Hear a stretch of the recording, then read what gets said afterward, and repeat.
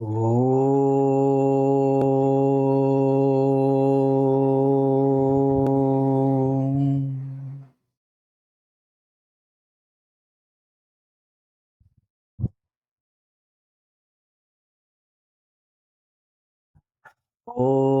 ಸಹನಾವವತು ಸಹನೌ ಭುನಕ್ತು ಸಹ ವೀರ್ಯಂಕರವಾವಹೈ ತೇಜಸ್ವಿನಾವಧೀತಮಸ್ತು ಮಾ ವಿದ್ವಿಷಾವಹೈ. ಓಂ ಶಾಂತಿ ಶಾಂತಿ ಶಾಂತಿ. ಗುರುರ್ಬ್ರಹ್ಮಾ ಗುರುರ್ವಿಷ್ಣು ಗುರುರ್ದೇವೋ ಮಹೇಶ್ವರಃ ಗುರುರೇವ ಪರಂ ಬ್ರಹ್ಮ ತಸ್ಮೈ ಶ್ರೀ ಗುರವೇ ನಮಃ. ವಸುದೇವಸುತಂ ದೇವಂ ಕಂಸಚಾಣೂರಮರ್ದನಂ ದೇವಕೀ ಪರಮಾನಂದಂ ಕೃಷ್ಣಂ ವಂದೇ ಜಗದ್ಗುರುಂ. ಕೃಷ್ಣಂ ವಂದೇ ಜಗದ್ಗುರುಂ.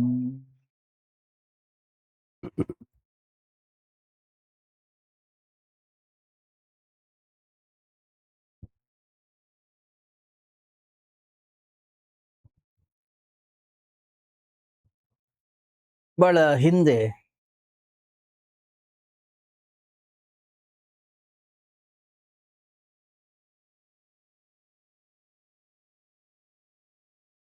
ಪ್ರವಾದಿ ಮೂಸ, ಬಹಳ ದೊಡ್ಡ ಜಗದ್ಗುರು ಅವನು. ಅವನ ಗುರುಗಳಾಗಿರ್ತಕ್ಕಂಥ ಖಿದ್ರ ಒಂದು ಎಚ್ಚರಿಕೆಯನ್ನ ನೀಡಿದ್ರಂತೆ. ಅದ್ಯಾವುದೋ ಒಂದು ನಿರ್ದಿಷ್ಟವಾಗಿರ್ತಕ್ಕಂತಹ ದಿನಾಂಕ, ಅದರ ನಂತರ ಪ್ರಪಂಚದ ಎಲ್ಲಾ ನೀರಿನ ಗುಣಧರ್ಮ ಅನ್ನೋದು ಬದಲಾಗುತ್ತದೆ. ಆ ನೀರನ್ನ ಯಾರು ಕುಡಿತಾರೆ, ಕುಡಿಯೋರೆಲ್ಲರೂ ಕೂಡ ಹುಚ್ಚರಾಗುತ್ತಾರೆ. ಒಂದು ವೇಳೆ ನೀವೇನಾದರೂ ಒಂದು ಸ್ವಲ್ಪ ನೀರನ್ನ ಪ್ರತ್ಯೇಕವಾಗಿ ಎತ್ತಿಟ್ಕೊಂಡು ಇದ್ಯಾವುದೋ ಒಂದು ಪುಡಿ ಇದೆ, ಪುಡಿನ ಮಿಕ್ಸ್ ಮಾಡಿ ಇಟ್ಕೊಳ್ಳೋದಾದ್ರೆ, ಅನಂತರ ಆ ನೀರನ್ನು ಕುಡಿದು ಆಮೇಲೆ ಈ ನೀರನ್ನ ಕುಡಿದ್ರೆ ಅವರು ಸುರಕ್ಷಿತವಾಗಿರ್ತಾರೆ. ಇಲ್ಲದೆ ಹೋದರೆ ಎಲ್ಲರಿಗೂ ಕೂಡ ಹುಚ್ಚಿಡಿಯುತ್ತೆ. ಯಾವತ್ತೋ ಮುಂದೆ 10 ವರ್ಷ 15 ವರ್ಷದ ನಂತರದ ಯಾವುದೋ ಒಂದು ಡೇಟ್ ಹೇಳಿದ್ರು. ಯಾರೋ ಅಷ್ಟೊಂದು ಸೀರಿಯಸ್ ಆಗಿ ತೊಗೊಳ್ಳಿಕ್ಕೆ ಹೋಗಿರ್ಲಿಲ್ಲ. ಯಾವನೋ ಒಬ್ಬ ವ್ಯಕ್ತಿ ಮಾತ್ರ ಅದನ್ನು ಬಹಳಷ್ಟು ಗಂಭೀರವಾಗಿ ತೆಗೆದುಕೊಂಡಿದ್ದ. ಅವನು ತನಗೋಸ್ಕರ ಒಂದಿಷ್ಟು ನೀರನ್ನ ತೆಗೆದಿಟ್ಟಿದ್ದ, ಅದಕ್ಕೆ ಆ ಪೌಡರ್ ಹಾಕಿಟ್ಟಿದ್ದ. ಆ ದಿನಾಂಕದ ನಂತರ ಜಗತ್ನಲ್ಲಿ ಆ ಖಿದ್ರ ಅಂತಕ್ಕಂಥ ಯಾವ ಗುರು ಇದ್ದ, ಅವನು ಹೇಳ್ದ ಹಾಗೆ ಆಯ್ತು. ಈ ಒಬ್ಬ ವ್ಯಕ್ತಿಯನ್ನ ಹೊರತುಪಡಿಸಿ ಹಳ್ಳಿಯಲ್ಲಿರ್ತಕ್ಕಂಥ ಎಲ್ಲಾ ಜನರು ಕೂಡ ಹುಚ್ಚರಾಗ್ಬಿಟ್ರು.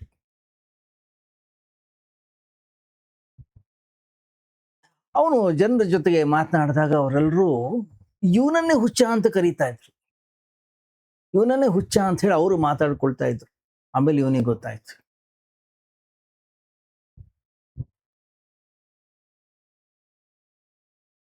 ಈ ಹುಚ್ಚರ ನಡುವೆ ಹುಚ್ಚತನ ಇಲ್ಲದೆ ಇರ್ತಕ್ಕಂಥ ಒಬ್ಬ ವ್ಯಕ್ತಿ ಇರೋದೇನಿದೆ ಬಹಳ ಕಷ್ಟ, ಅಷ್ಟು ಸರಳವಿಲ್ಲ, ಅದು ಬಹಳ ಅಸಹನೀಯ.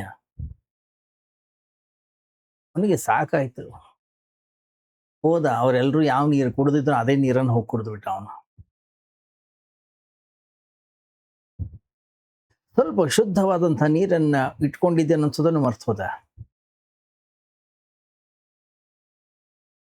ಇವನಿಗೂ ಹುಚ್ಚಿಡೀತು. ಆವಾಗ ಜನ ಅಂದ್ರು, ನಮ್ಮಲ್ಲೊಬ್ಬ ಹುಚ್ಚ ಇದ್ದ, ಇವಾಗ ಸರಿಯಾಗಿದ್ದಾನೆ. ಅಲ್ಲ, ಏನಿದು? ಇದೊಂದು ಸೂಫಿಯ ಕಥೆ, ಬಹಳ ಸುಂದರ. ಮನಸ್ಸನ್ನ ಅರ್ಥ ಮಾಡ್ಕೊಳ್ತಕ್ಕಂಥ, ಮನಸ್ಸನ್ನ ತಿಳಿಲಿಕ್ಕೆ ಉಪಯೋಗಿಸ್ತಕ್ಕಂಥ ಕೆಲವು ದೃಷ್ಟಾಂತಗಳಲ್ಲಿ ಇದು ಕೂಡ ಒಂದು.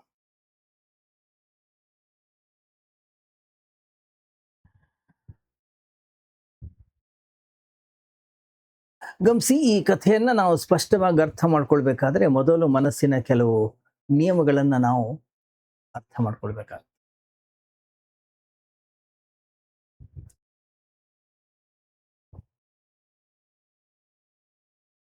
ಗಮನಿಸಿ, ಗುಂಪಿನ ಒಂದು ಸಮಾಜ, ಕ್ರೌಡ್ ಸೈಕಾಲಜಿ ಅಂತ ಹೇಳಿ ಏನು ಕರಿತೀವಿ, ಅದು ಬೇರೆನೆ.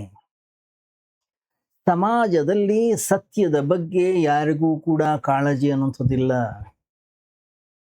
ಇತರರ ಜೊತೆಗೆ ಸಹಮತ ಸಮ್ಮತಿ ಇರಬೇಕನ್ನೋಂಥದ್ದಷ್ಟೇ ಅವರ ಚಿಂತೆ. ಸಮಾಜದ ಜೊತೆಗೆ ವ್ಯಕ್ತಿ ಹೇಗೆ ಅಡ್ಜಸ್ಟ್ ಮಾಡ್ಕೊಳ್ತಾ ಇದ್ದಾನೆ, ಹೇಗೆ ಹೊಂದಾಣಿಕೆ ಅನ್ನೋಂಥದ್ದಿದೆ ಅನ್ನುವಂಥದ್ದೇ ಮುಖ್ಯ. ಸಮಾಜವೇ ಸುಳ್ಳಾದರೆ ವ್ಯಕ್ತಿಯೂ ಕೂಡ ಸುಳ್ಳಾಗಬೇಕಾಗತ್ತೆ. ವ್ಯಕ್ತಿ ತೀರ ಏಕಾಂಗಿ. ಸಮಾಜ ಅನ್ನೋಂಥದ್ದು ಬಹಳ ದೊಡ್ಡದು. ಸಮಾಜಕ್ಕಿಂತ ದೊಡ್ಡದಾಗಿರ್ತಕ್ಕಂಥ ಒಂದು ಆಸರೆ ಎಲ್ಲಿ ತನಕ ನಮಗೆ ಸಿಗೋದಿಲ್ಲ. ಸಮಾಜದ ಜೊತೆಗೆ ಅಡ್ಜಸ್ಟ್ ಸಹಮತದಿಂದ ಇರೋದನ್ನು ಬಿಟ್ಟು ಬೇರೆ ಮಾರ್ಗವೇ ಇಲ್ಲ.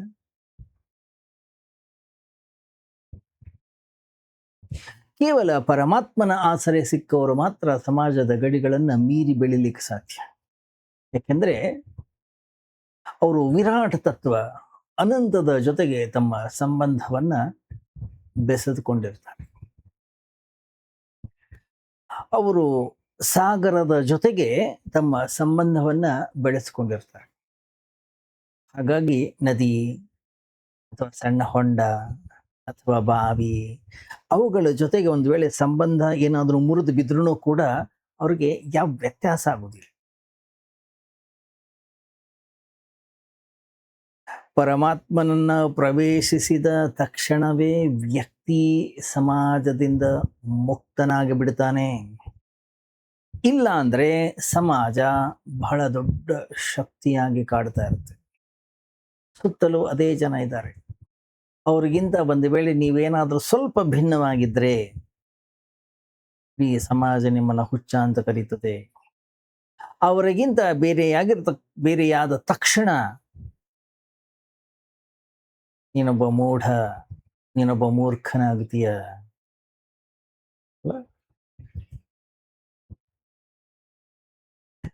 ಜೇಮ್ಸ್ ಥರ್ಬರ್ ಅಂತಕ್ಕಂಥ ಒಬ್ಬ ಬಹಳ ದೊಡ್ಡ ವ್ಯಕ್ತಿ, ಅವನ ಒಂದು ಸುಪ್ರಸಿದ್ಧವಾಗಿರ್ತಕ್ಕಂಥ ಒಂದು ಸಣ್ಣ ಕಥೆ ಇದೆ. ಹಾವಿನ ದೇಶ ಅಂತೆ. ಹಾವಿನ ದೇಶದಲ್ಲಿ ಶಾಂತಿ ಪ್ರಿಯನಾಗಿರ್ತಕ್ಕಂಥ ಮುಂಗುಸಿ ಒಂದು ಜನಿಸ್ತು.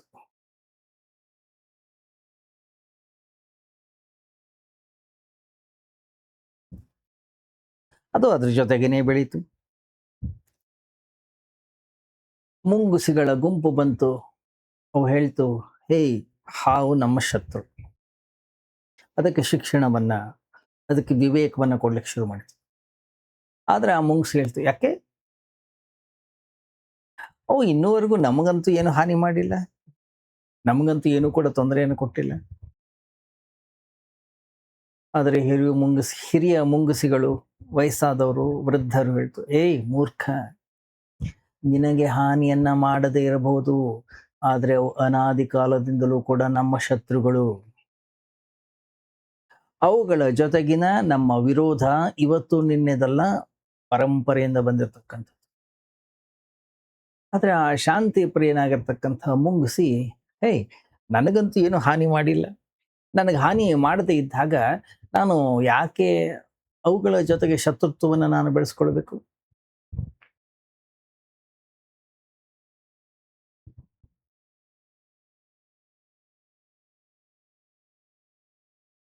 ಈ ಮುಂಗುಸಿ ಹಾವುಗಳ ಮಿತ್ರ, ಮುಂಗುಸಿಗಳ ಶತ್ರು ಆಗ್ಬಿಡ್ತು. ಆ ಮುಂಗುಸಿಯ ಸಮಾಜದಲ್ಲಿ ಹೇಳ್ತು, ನಮ್ಮಲ್ಲೊಂದು ತಪ್ಪು ಮುಂಗುಸಿ ಹುಟ್ಟುಬಿಟ್ಟಿದೆ, ಈ ಹುಡುಗ ಹುಚ್ಚ. ತಾಯಿ ಹೇಳ್ತು, ಇಲ್ಲ ಇಲ್ಲ, ಅವನಿಗೆ ಮುಂಚೆಯಿಂದನೂ ಕೂಡ ಒಂದಿಷ್ಟು ಅನಾರೋಗ್ಯ ಇತ್ತು, ಅದಕ್ಕಾಗಿ ಹಾಗೆ ಆಡ್ತಾ ಇದ್ದಾನೆ ಅಂತ. ಜನ ಅಂದ್ರು, ಅಯ್ಯೋ ನಮ್ಮ ತಮ್ಮ, ಅವನೊಬ್ಬ ಹೇಳಿ, ಹಾವುಗಳನ್ನ ಕೊಲ್ಲುವಂಥದ್ದು ನಮ್ಮ ರಾಷ್ಟ್ರೀಯ ಕರ್ತವ್ಯ. ನಾವು ಹುಟ್ಟಿರುವುದೇ ಅವುಗಳನ್ನ ಕೊಲ್ಲಲಿಕ್ಕೆ. ಈ ಭೂಮಿಯಿಂದ ಹಾವುಗಳನ್ನ ನಿರ್ಮೂಲನ ಮಾಡಬೇಕು. ಯಾಕೆಂದ್ರೆ ಎಲ್ಲ ಕೆಡುಕುಗಳಿಗೆ ಹಾವೇ ಕಾರಣ. ಹಾವುಗಳು ಸೈತಾನ್. ಬಹಳಷ್ಟು ತಿಳಿಸಿ ಹೇಳುವ ಪ್ರಯತ್ನ ಆಯಿತು. ಆದ್ರೆ ಮುಂಗ್ಸಿ, ಅಯ್ಯೋ, ನನಗೇನು ಇದ್ರಲ್ಲಿ ಏನು ವ್ಯತ್ಯಾಸ ಏನು ಕಾಣಿಸ್ತಾ ಇಲ್ವಲ್ಲ, ಹಾವುಗಳಲ್ಲಿ ಏನು ಅತ್ಯಂತ ಕೆಟ್ಟ ಅಥವಾ ಶೈತಾನ್ ಅನ್ನೋತ ನೀವೆಲ್ಲ ಹೇಳ್ತಾ ಇರ್ತಕ್ಕಂಥ ರೀತಿ ಯಾವ ಗುಣಲಕ್ಷಣಗಳು ಕಾಣ್ತಾ ಇಲ್ವಲ್ಲ. ನಮ್ಮಲ್ಲಿ ಹೇಗೆ ಸಂತರಿದ್ದಾರೆ, ನಮ್ಮಲ್ಲಿ ಹೇಗೆ ದುಷ್ಟರಿದ್ದಾರೆ, ನಮ್ಮಲ್ಲಿ ಹೇಗೆ ಒಳ್ಳೆಯವರಿದ್ದಾರೆ, ಹಾಗೆ ಅವರಲ್ಲೂ ಕೂಡ ಇದ್ದಾರೆ. ಅವರಲ್ಲೂ ಸಂತರಿದ್ದಾರೆ, ಅವರಲ್ಲೂ ಮಹಾತ್ಮರಿದ್ದಾರೆ, ಅವರಲ್ಲೂ ಕೂಡ ದುಷ್ಟರಿದ್ದಾರೆ.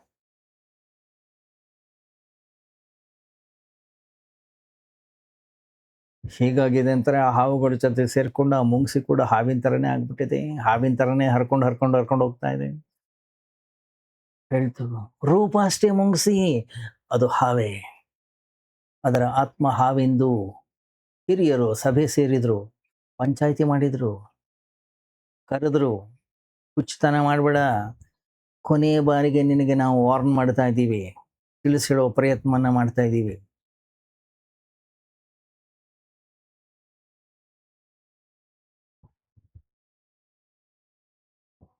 ಅದಕ್ಕೆ ಆ ಮುಂಗ್ಸಿ ಅಂತೂ, ಕರೆಕ್ಟ್ ನೀವೆಲ್ಲ ಹೇಳೋದು ಸರಿ, ಬಟ್ ಆದ್ರೂ ನಾನು ಒಂದಿಷ್ಟು ವಿಚಾರ ಮಾಡಬೇಕಲ್ವಾ, ಅಗತ್ಯ ಅಲ್ವಾ.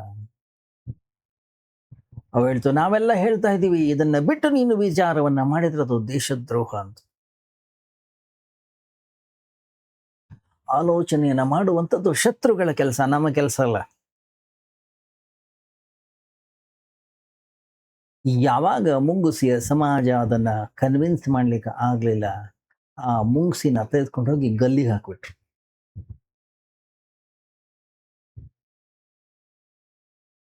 ಕೊನೆಯಲ್ಲಿ ಕಥೆಯಲ್ಲಿ ಬರೀತಾರೆ, ಶತ್ರುಗಳ ಕೈಯಿಂದ ನೀವು ಸಾಯದಿದ್ರೆ ನಿಮ್ಮ ಸ್ವಂತ ಮಿತ್ರರ ಕೈಯಿಂದಲೇ ನೀವು ಕೊಲ್ಲಲ್ಪಡ್ತೀರಿ. ಆದರೆ ಕೊಲ್ಲಲ್ಪಡೋದು ಮಾತ್ರ ನಿಶ್ಚಿತ. ಮಾನವನ ಸ್ಥಿತಿ, ಸಾಮಾಜಿಕ ಒಂದು ಸ್ಥಿತಿ, ಈ ವಿಷ ಏನಿದೆ, ಪ್ರತಿಯೊಬ್ಬ ಮನುಷ್ಯನ ಮನಸ್ಸಿನ ಸ್ಥಿತಿ ಹೀಗೆ ಇದೆ. ನೀನು ಜನಿಸಿದಾಗ ಪರಮಾತ್ಮನ ಜೊತೆಗೆ ಜೋಡಿಸಲ್ಪಟ್ಟಿರ್ತೀಯ. ಪರಮಾತ್ಮನ ಜೊತೆಗೆ ಹುಟ್ಟಿದೀವಿ ನಾವು. ಪರಮಾತ್ಮ ಅಂತಕ್ಕಂಥವ್ರು ನಮ್ಮ ಹೃದಯವನ್ನು ಬೆಳಗುತ್ತಾ ಇದ್ದಾನೆ. ಅವನಿಲ್ಲದೆ ನಮ್ಮ ಜೀವನವಿಲ್ಲ. ನಾನು ಅತ್ಯಂತ ಶುದ್ಧವಾದಂತಹ ಮೂಲ ತತ್ವದ ಜೊತೆಗೆ, ಸಂಪರ್ಕದ ಜೊತೆಗೆ ನಾವಿದ್ದೇವೆ. ಈ ಮನುಷ್ಯನನ್ನ ಹುಚ್ಚನನ್ನಾಗಿ ಮಾಡ್ತಕ್ಕಂತಹ ಆ ನೀರನ್ನು ನಾವು ಇನ್ನೂ ಮಕ್ಕಳಾಗಿದ್ದಾಗ ಇನ್ನು ನಾವು ಕುಡಿದಿರೋದಿಲ್ಲ. ಆ ನೀರೇ ಈ ಸಮಾಜದ ಶಿಕ್ಷಣ, ನಾಗರಿಕತೆ, ಸಂಸ್ಕೃತಿ. ಈ ಸಮಾಜ ನಮಗೆ ಬಹಳ ಬೇಗ ನೀರು ಕುಡಿಸ್ತದೆ. ಒಮ್ಮೆ ಆ ನೀರನ್ನು ನಾವು ಕುಡಿದ್ರೆ ಒಳಗಡೆ ಒಂದು ಶುದ್ಧ ನೀರಿನ ಬುಗ್ಗೆ ಅನ್ನೋಂಥದ್ದೊಂದಿದೆ. ಸ್ವಲ್ಪ ದಿವಸ ಅದು ಹರಿತಾ ಇರುತ್ತೆ, ಆದರೆ ಅದನ್ನ ಮರ್ತು ಹೋಗ್ಬಿಡ್ತೀವಿ ನಾವು. ಅದಕ್ಕೆ ಸಮಾಜ ಮಕ್ಕಳನ್ನ ಶಿಕ್ಷಣದ ಹೆಸರಿನಲ್ಲಿ ಬಹಳ ಬೇಗ ನಿಯಂತ್ರಣಕ್ಕೆ ತೆಗೆದುಕೊಳ್ಳಲಿಕ್ಕೆ ಇಷ್ಟಪಡುತ್ತೆ, ಆತುರ ಪಡುತ್ತೆ. ಶಿಕ್ಷಣದ ಬಗ್ಗೆ ಇಷ್ಟೊಂದು ಆತುರ ಯಾಕೆ? ಒಂದು ವೇಳೆ ಮಗು ಏನಾದರೂ ಕೆಲವು ಕಾಲ ಶಿಕ್ಷಣ ಇಲ್ಲದೆ ಉಳಿದು ಬಿಟ್ರೆ, ಮನೋವಿಜ್ಞಾನಿಗಳ ಪ್ರಕಾರ ಮಗು ತನ್ನ 7ನೇ ವಯಸ್ಸಿನ ವೇಳೆಗೆ ಜೀವನದ 50% ಜ್ಞಾನವನ್ನ ಕಲ್ತ್ಕೊಂಡ್ ಬಿಡುತ್ತಂತೆ. ಉಳಿದ ಇಡೀ ಜೀವನದಲ್ಲಿ ಅದು ಕೇವಲ 50% ಮಾತ್ರ ಕಲಿತದೆ. ಅದಕ್ಕಾಗಿ ಪೋಷಕರು ಧರ್ಮ, ಪಂಥ,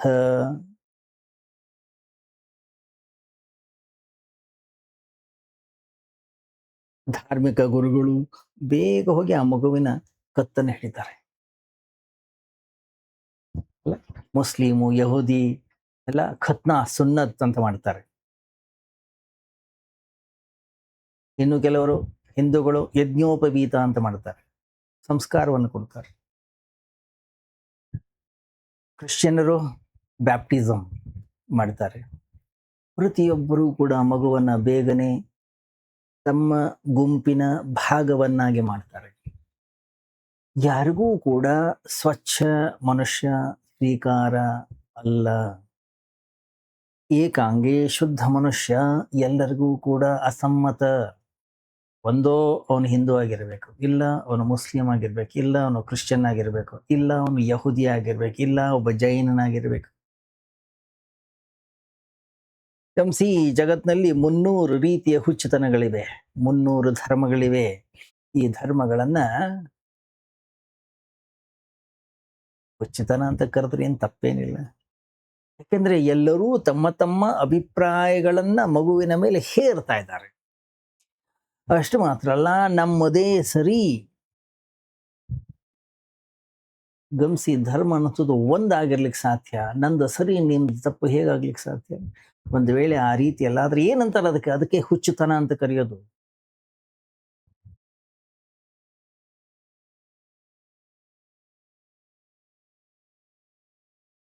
ಮಸೀದಿಗಳಿಂದ, ಮಂದಿರಗಳಿಂದ, ಚರ್ಚ್‌ಗಳಿಂದ ಧರ್ಮ ಅನ್ನೋದು ಪ್ರಾಪ್ತಿಯಾಗೋದಿಲ್ಲ. ನಿಜವಾದ ಆ ಶುದ್ಧ ಧರ್ಮ ಅನ್ನೋದು ನಮ್ಮ ಅಂತಃಕರಣದ ಒಳಗಡೆಗಿದೆ. ಏನು ಹೊರಗಡೆಯ ಸಮಾಜದ ಆ ವಿಷಾಕ್ತವಾದಂತಹ ನೀರಿನಿಂದ ಯಾವತ್ತು ನಾವು ಮುಕ್ತರಾಗ್ತೀವೋ, ಗಮನಿಸಿ, ಮಗು ಹುಟ್ಟಿದಾಗ ಆ ನೀರಿನ ಬುಗ್ಗೆಯ ಜೊತೆಗೆ ಹುಟ್ಟುತ್ತದೆ. ಮಗುವಿನ ಕಣ್ಣಲ್ಲಿ ಒಂದು ಸಂತತ್ವವಿದೆ. ಮಗುವಿನ ಕಣ್ಣುಗಳಲ್ಲಿ ಅನಂತವಾದಂತಹ ಕಿರಣಗಳಿವೆ. ಈ ಜಗತ್ತಿನಲ್ಲಿ ಯಾವನೇ ಒಬ್ಬ ವ್ಯಕ್ತಿ ಜ್ಞಾನವನ್ನು ಸಿದ್ಧಿಸಿದಾಗ, ಒಬ್ಬ ಸಂತನಾದಾಗ, ಅವನ ಕಣ್ಣುಗಳಲ್ಲೂ ಕೂಡ ಅದೇ ರೀತಿಯ ತೇಜಸ್ಸು, ಅದೇ ರೀತಿಯ ಓಜಸ್ಸು, ಅದೇ ರೀತಿಯ ಹೊಳಪು ಅನ್ನೋದು ಮರಳಿ ಬರುತ್ತೆ. ಯಾಕೆ? ಅದೊಂದು ವೃತ್ತ, ಒಂದು ಸರ್ಕಲ್ ಏನಿದೆ ಪೂರ್ಣವಾಗುತ್ತೆ. ಜೀಸಸ್ ಹೇಳಿಲ್ವಾ? ಯಾರು ಮಕ್ಕಳು ಹಾಗಾಗ್ತಾರೋ ಅವರು ಭಗವಂತನ ರಾಜ್ಯವನ್ನ ಪ್ರವೇಶಿಸ್ತಾರೆ. ಕರೆಕ್ಟು. ಆದ್ರೆ ಸಮಾಜ ನಮ್ಮನ್ನ ಮಕ್ಕಳ ಹಾಗೆ ಇರ್ಲಿಕ್ಕೆ ಬಿಡೋದಿಲ್ಲ. ಏನ್ ಮಾಡ್ತದೆ? ಅದು ನಮ್ಮನ್ನ ಕತ್ತರಿಸ್ತದೆ, ನಮ್ಮನ್ನ ತಿದ್ದುತ್ತದೆ, ನಮಗೊಂದು ಹೊಸ ರೂಪವನ್ನ ಕೊಡುತ್ತೆ. ಭಗವಂತ ನಿನ್ನನ್ನು ಹೇಗೆ ಸೃಷ್ಟಿಸಿದಾನೋ ಹಾಗೆ ನಿನ್ನನ್ನು ಬಿಡ್ಲಿಕ್ಕೆ ಸಮಾಜ ಒಪ್ಪಲಿಕ್ಕೆ ತಯಾರಿಲ್ಲ. ಸಮಾಜ ಏನ್ ಹೇಳುತ್ತೆ? ಪರಮಾತ್ಮನಿಗಿಂತ ನಾನು ಬುದ್ಧಿವಂತ. ಅದು ನಮ್ಮ ಅಂಗಗಳನ್ನ ಕತ್ತರಿಸ್ತದೆ, ನನ್ನ ಬುದ್ಧಿಯನ್ನ ಕತ್ತರಿಸ್ತದೆ, ಮೊಟಕುಗೊಳಿಸ್ತದೆ, ನಮ್ಮ ಮೇಲೆ ನಿಯಂತ್ರಣವನ್ನ ಸಾಧಿಸ್ತದೆ. ಸಮಾಜ ನಮ್ಮನ್ನ ಕಾಡಿನ ಮರದ ಹಾಗೆ ಬೆಳಿಲಿಕ್ಕೆ ಬಿಡೋದಿಲ್ಲ. ಎಲ್ಲ ಕಡೆಯಿಂದಲೂ ಕೂಡ ಕಟ್ ಮಾಡುತ್ತೆ. ಒಂದು ಕತ್ತರಿಸಿ ಒಂದು ಹೊಸ ರೂಪವನ್ನ, ಹೊಸ ರಂಗನ್ನ, ಹೊಸ ಬಣ್ಣವನ್ನ ಕೊಡುತ್ತೆ. ತೋಟಗಾರನ ಹಾಗೆ. ತೋಟಗಾರ ಏನ್ ಹೇಳ್ತಾನೆ? ಅದನ್ನೇ ಸೌಂದರ್ಯ ಅಂತ ಕರೀತಾನೆ. ಆದ್ರೆ ಆ ಮರದ ನಿಜವಾದ ರೂಪವನ್ನ ಕತ್ತರಿಸಲ್ಪಟ್ಟಿದೆ. ಆ ಮರ ಹೇಗೆ ಬೆಳೆಯಬಹುದಿತ್ತು ಹಾಗೆ ಬೆಳಿಲಿಕ್ಕೆ ಬಿಡಲ್ಲ. ಅವನೊಬ್ಬ ತೋಟಗಾರ, ಅವನು ಹೇಗೆ ಇಷ್ಟಪಡ್ತಾನೆ ಹಾಗೆ ಅದು ಬೆಳಿಬೇಕು. ಈಗ ನಾವೆಲ್ಲ ಏನಾಗಿದ್ದೀವಿ? ನಾವೆಲ್ಲ ಕತ್ತರಿಸಲ್ಪಟ್ಟಂತಹ ಒಂದು ಮರಗಳಷ್ಟೇ. ಎಲ್ಲಾ ಕಡೆಯಿಂದಲೂ ಕೂಡ ನಮ್ಮನ್ನ ಮೊಟಕುಗೊಳಿಸಲಾಗಿದೆ. ಕಟ್ ಮಾಡಿದ್ದೀವಿ ನಾವು. ಎಲ್ಲಿ ಏನೋ ಒಂದು ಒಂದು ಕೊಂಬೆ ಏನಾದ್ರು ಹೊರಗೆ ಬಂದು ತಕ್ಷಣ ಟ್ರಿಮ್ ಮಾಡ್ತಾರದ. ಯಾವುದನ್ನ ಕತ್ತರಿಸಿ ಎಸೆಯಲ್ಪಟ್ಟಿದೆಯೋ ಆ ಭಾಗವನ್ನು ಭಗವಂತನೇ ನಮ್ಗೆ ಕೊಟ್ಟಿದ್ದ. ಆದ್ರೆ ದೊಡ್ಡ ದೊಡ್ಡ ಪಂಡಿತರುಗಳು, ದೊಡ್ಡ ದೊಡ್ಡ ಜನ ಎಲ್ಲ ಅದನ್ನ ಕಟ್ ಮಾಡಿ ತೆಗೆದ್ರು. ಒಂದು ವೇಳೆ ಒಂದು ಗೆರೆಯನ್ನು ಎಳಿತಾರ, ಆ ಗೆರೆಯಿಂದ ಏನಾದ್ರೂ ನೀವು ಆಚೆ ಹೋದ್ರೆ ನಿಮ್ಮನ್ನ ಹುಚ್ಚ ಅಂತ ಕರೀತಾರೆ.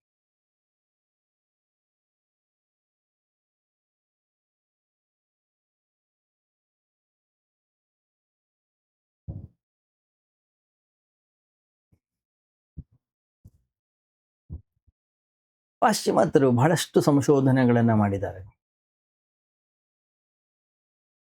ಹುಚ್ಚಾಸ್ಪತ್ರೆಯ ಒಳಗಡೆಗೆ ಬಂಧಿತರಾಗಿರ್ತಕ್ಕಂಥ ಎಷ್ಟೋ ಜನ ಹುಚ್ಚರಲ್ಲ.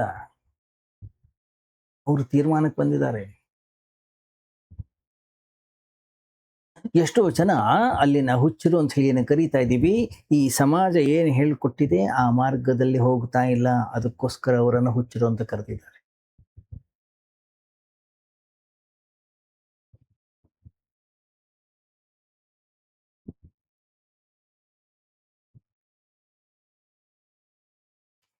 ಎಂತ ದೊಡ್ಡ ದೊಡ್ಡ ಮನೋವಿಜ್ಞಾನಿಗಳಾಗಿ ಹೋದ್ರು.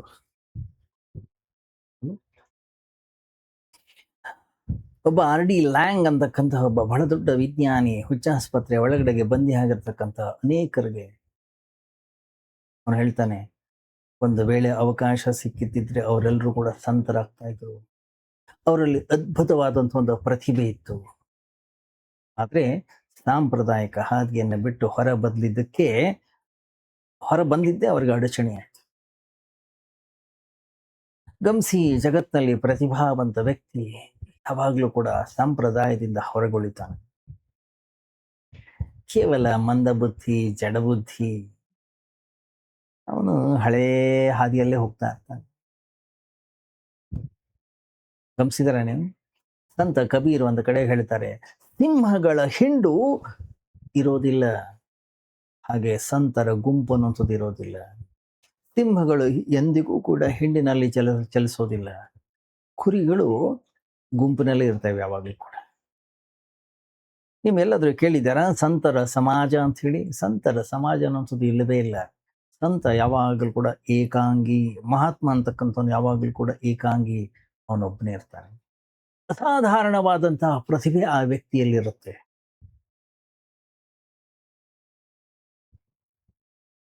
ಆದ್ರೆ ಅವನು ಮಾತ್ರ ಯಾವುದೇ ಸಂಪ್ರದಾಯದ ಮಾರ್ಗದಲ್ಲಿ ಹೋಗೋದಿಲ್ಲ, ಅದರಿಂದ ಹೊರಗೆ ಬಂದಿರ್ತಾನೆ.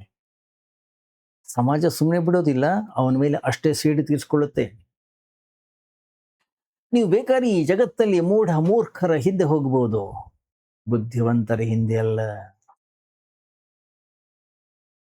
ನಮ್ಮ ಏನು ನಾಯಕರಿದ್ದಾರಲ್ಲ, ಅವರೆಲ್ಲ ಹಾಗೆ. ಅವರು ಕೂಡ ನಮ್ಮ ಹಾಗೆ ಇದ್ದಾರೆ. ಅವರು ಕೂಡ ನಮ್ಮ ಹಾಗೆ ಹುಚ್ಚರೇ. ಅವರು ಕೂಡ ನಮ್ಮ ಹಾಗೆ ಮೂಢನಂಬಿಕೆಗಳಲ್ಲಿ ಬಂಧಿತರಾಗಿದ್ದಾರೆ. ಅಥವಾ ನಮಗಿಂತಲೂ ಸ್ವಲ್ಪ ಜಾಸ್ತಿ ಹುಚ್ಚರೇ ಇರಬಹುದು, ನಮಗಿಂತಲೂ ಹೆಚ್ಚು ಬಂಧಿತರಾಗಿದ್ದಾರೆ. ಇದೇ ಅವರ ಆಕರ್ಷಣೆ.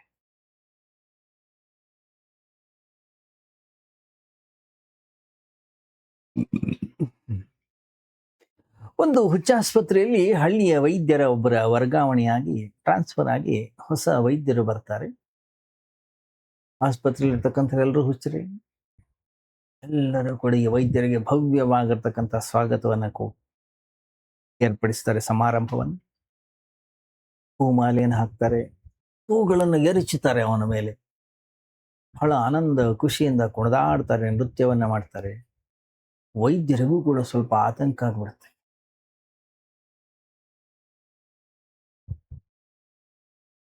ಯಾಕಂದ್ರೆ ಅವರು ಬಹಳಷ್ಟು ಹುಚ್ಚ ಆಸ್ಪತ್ರೆಗಳಲ್ಲಿ ಕೆಲಸ ಮಾಡಿದ್ರು. ಆದ್ರೆ ಯಾವ ಆಸ್ಪತ್ರೆಯಲ್ಲೂ ಹುಚ್ಚರು ಇಷ್ಟೊಂದು ಸಂತೋಷ, ಇಷ್ಟೊಂದು ಸಂತೋಷವನ್ನ ಅಭಿವ್ಯಕ್ತಪಡಿಸಲಿಲ್ಲ.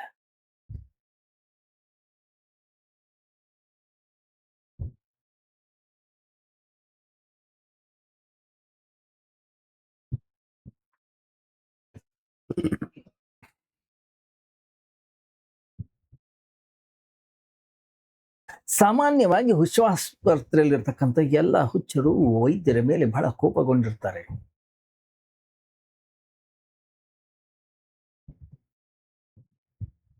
ನನ್ನನ್ನು ನೋಡಿ ಎಷ್ಟು ಖುಷಿ ಪಡ್ತಾ ಇದ್ದಾರಲ್ಲ, ಏನ್ ವಿಷಯ?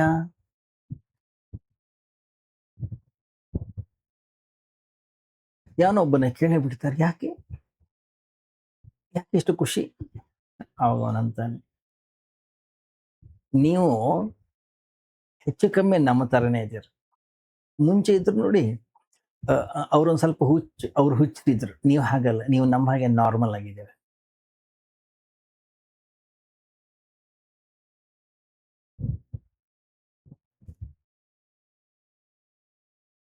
ನಿಮ್ಮನ್ನ ಯಾರೇ ನೋಡ್ಲಿ, ಓ ನೀವು ಇಲ್ಲೇ ಇರೋ ತಾನೆ ಅನ್ನೋ ಹಾಗಿದ್ದೀರ. ಅದಕ್ಕಾಗಿ ನಮ್ಗೇನೋ ಒಂದು ಖುಷಿ. ನೀವು ಬೇರೆಯವ್ರ ತರ ಇಲ್ಲ.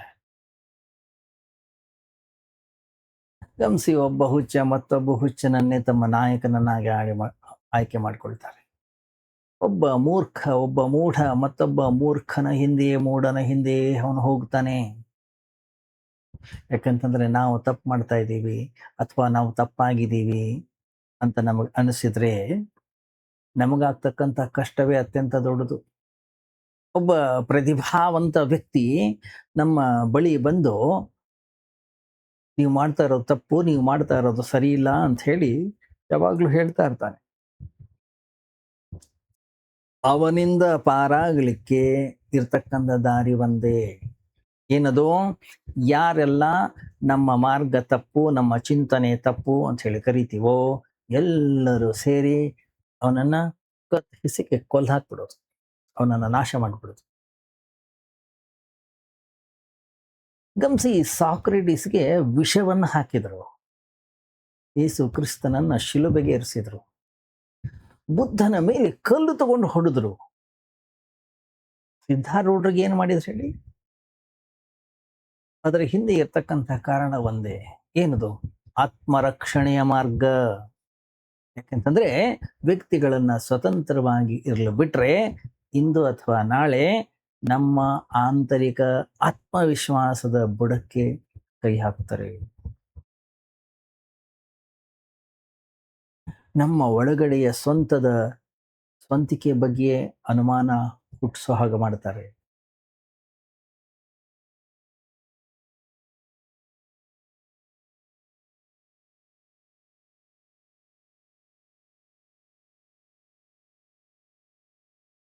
ಆಲೋಚನೆಯನ್ನ ಮಾಡುವುದು ಶತ್ರುಗಳ ಕೆಲಸ. ನೀವು ಯಾರನ್ನ ಬುದ್ಧಿವಂತ ಕರಿತೀರೋ ಅವನು ಕೇವಲ ಏನು, ಅವನ ಅನುಕರಣೆಯನ್ನ ಮಾಡ್ತಕ್ಕಂಥವನು, ಸಾಂಪ್ರದಾಯಿಕ ಗೆರೆಯನ್ನ ದಾಟದಿರ್ತಕ್ಕಂಥವನು, ಪರಂಪರೆಯನ್ನ ಯಾವುದೇ ರೀತಿಯ ಪ್ರಶ್ನೆ ಇಲ್ಲದೆ ಅನುಸರಿಸ್ತಕ್ಕಂಥವನು. ಹಿಂದಿನವ್ರು ಏನ್ ಹೇಳ್ಕೊಟ್ಟಿರ್ತಾರೆ ಆ ಮಾರ್ಗವನ್ನ ಒಂದು ಸ್ವಲ್ಪ ಕೂಡ ಆಚೆ ಈಚೆ ಹೋಗದೆ ಅದೇ ಮಾರ್ಗದಲ್ಲಿ ಹೋಗ್ತಕ್ಕಂಥವನು. ಮತ್ತೇನವನು ಹಿಂದೆ ಅವ್ರು ಏನ್ ಮಾಡಿದ್ರು ಅದನ್ನೇ ಮಾಡ್ತಾ ಹೋಗ್ತಾನೆ. ಆ ಹಳೆದನ್ನೇ ಸಾಲ ತೆಗೆದುಕೊಂಡಿದ್ದಾನೆ, ಅದನ್ನೇ ಮುಂದುವರ್ಸ್ಕೊಂಡು ಹೋಗ್ತಾ ಇರ್ತಾನೆ ಅಷ್ಟೆ.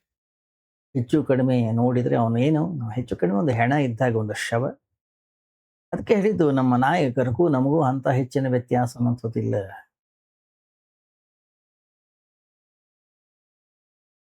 ಎಷ್ಟು ಸತ್ಯ ಎಷ್ಟು ಸುಳ್ಳು ಗೊತ್ತಿಲ್ಲ ನನಗೆ.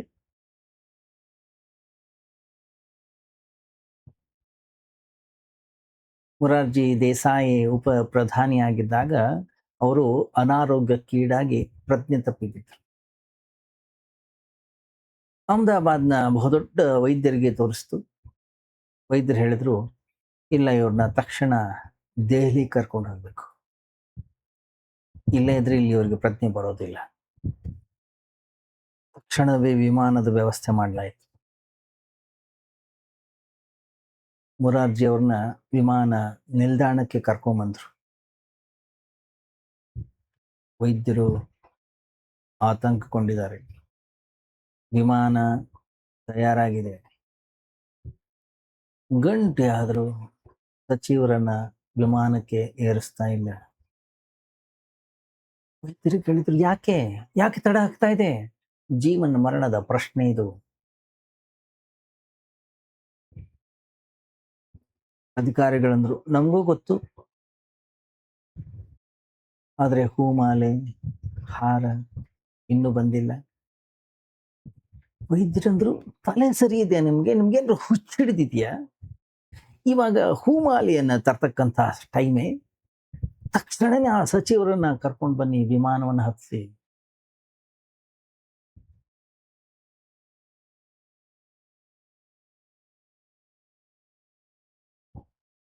ಮೊರಾರ್ಜಿ ಹೇಳಿದ್ರಂತೆ, ಎಷ್ಟು ಸತ್ಯ ಸುಳ್ಳು ಗೊತ್ತಿಲ್ಲ, ತೊಂದರೆ ಇಲ್ಲ,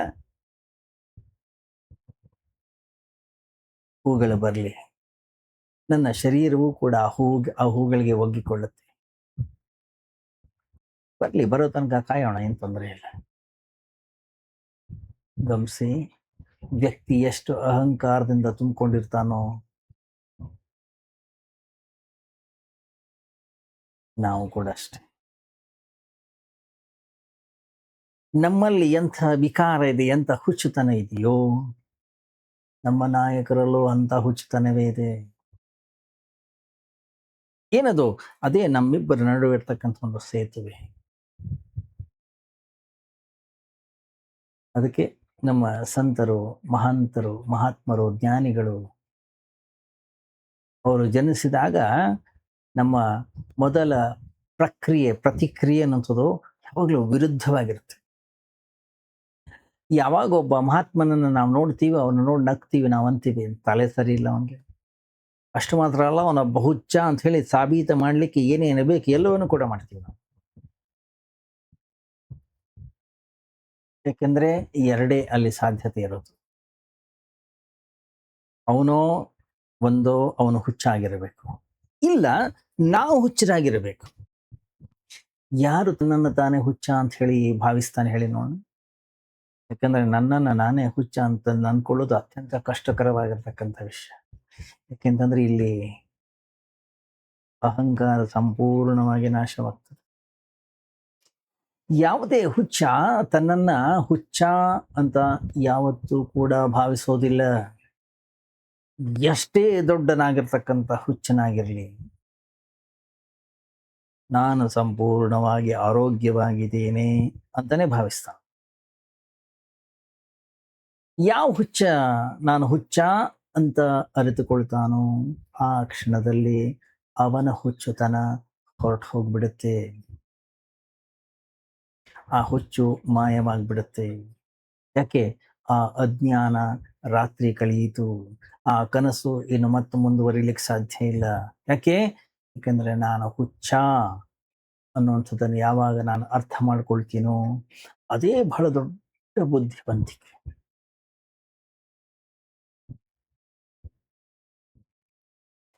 ಸಾಕ್ರೆಟೀಸ್ ಒಂದು ಕಡೆಗೆ ಬಹಳ ಸುಂದರವಾದಂಥ ಒಂದು ಮಾತನ್ನು ಹೇಳ್ತಾನೆ. ಜ್ಞಾನಿಯ ಪ್ರಪ್ರಥಮ ಲಕ್ಷಣ ಏನಪ್ಪಾ ಅಂತಂದ್ರೆ ನಾನೊಬ್ಬ ಅಜ್ಞಾನಿ ಅನ್ನುವಂಥದ್ದನ್ನ ಗ್ರಹಿಸೋದು.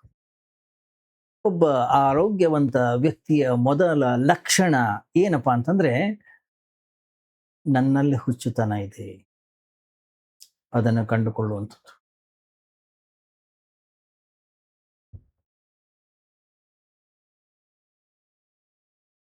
ಒಬ್ಬ ಸಾಹಿತಿ ಒಂದು ಕಥೆಯನ್ನ ಹೇಳ್ತಾ ಇದ್ದ ಯಾವಾಗ್ಲೂ ಕೂಡ. ಒಮ್ಮೆ ಒಬ್ಬ ವ್ಯಕ್ತಿ ರೈಲ್ನಲ್ಲಿ ಪ್ರಯಾಣವನ್ನ ಮಾಡ್ತಾ ಇದ್ದಾಗ ಅವನ ಪಕ್ಕದಲ್ಲಿ ಒಬ್ಬ ವ್ಯಕ್ತಿ ಕುಳಿತಿದ್ದ. ಎಷ್ಟು ಅಸಹನೆ, ಎಷ್ಟು ಉದ್ವಿಗ್ನತೆ, ಎಷ್ಟು ನಿರಾಶೆ, ಎಷ್ಟು ದುಃಖ.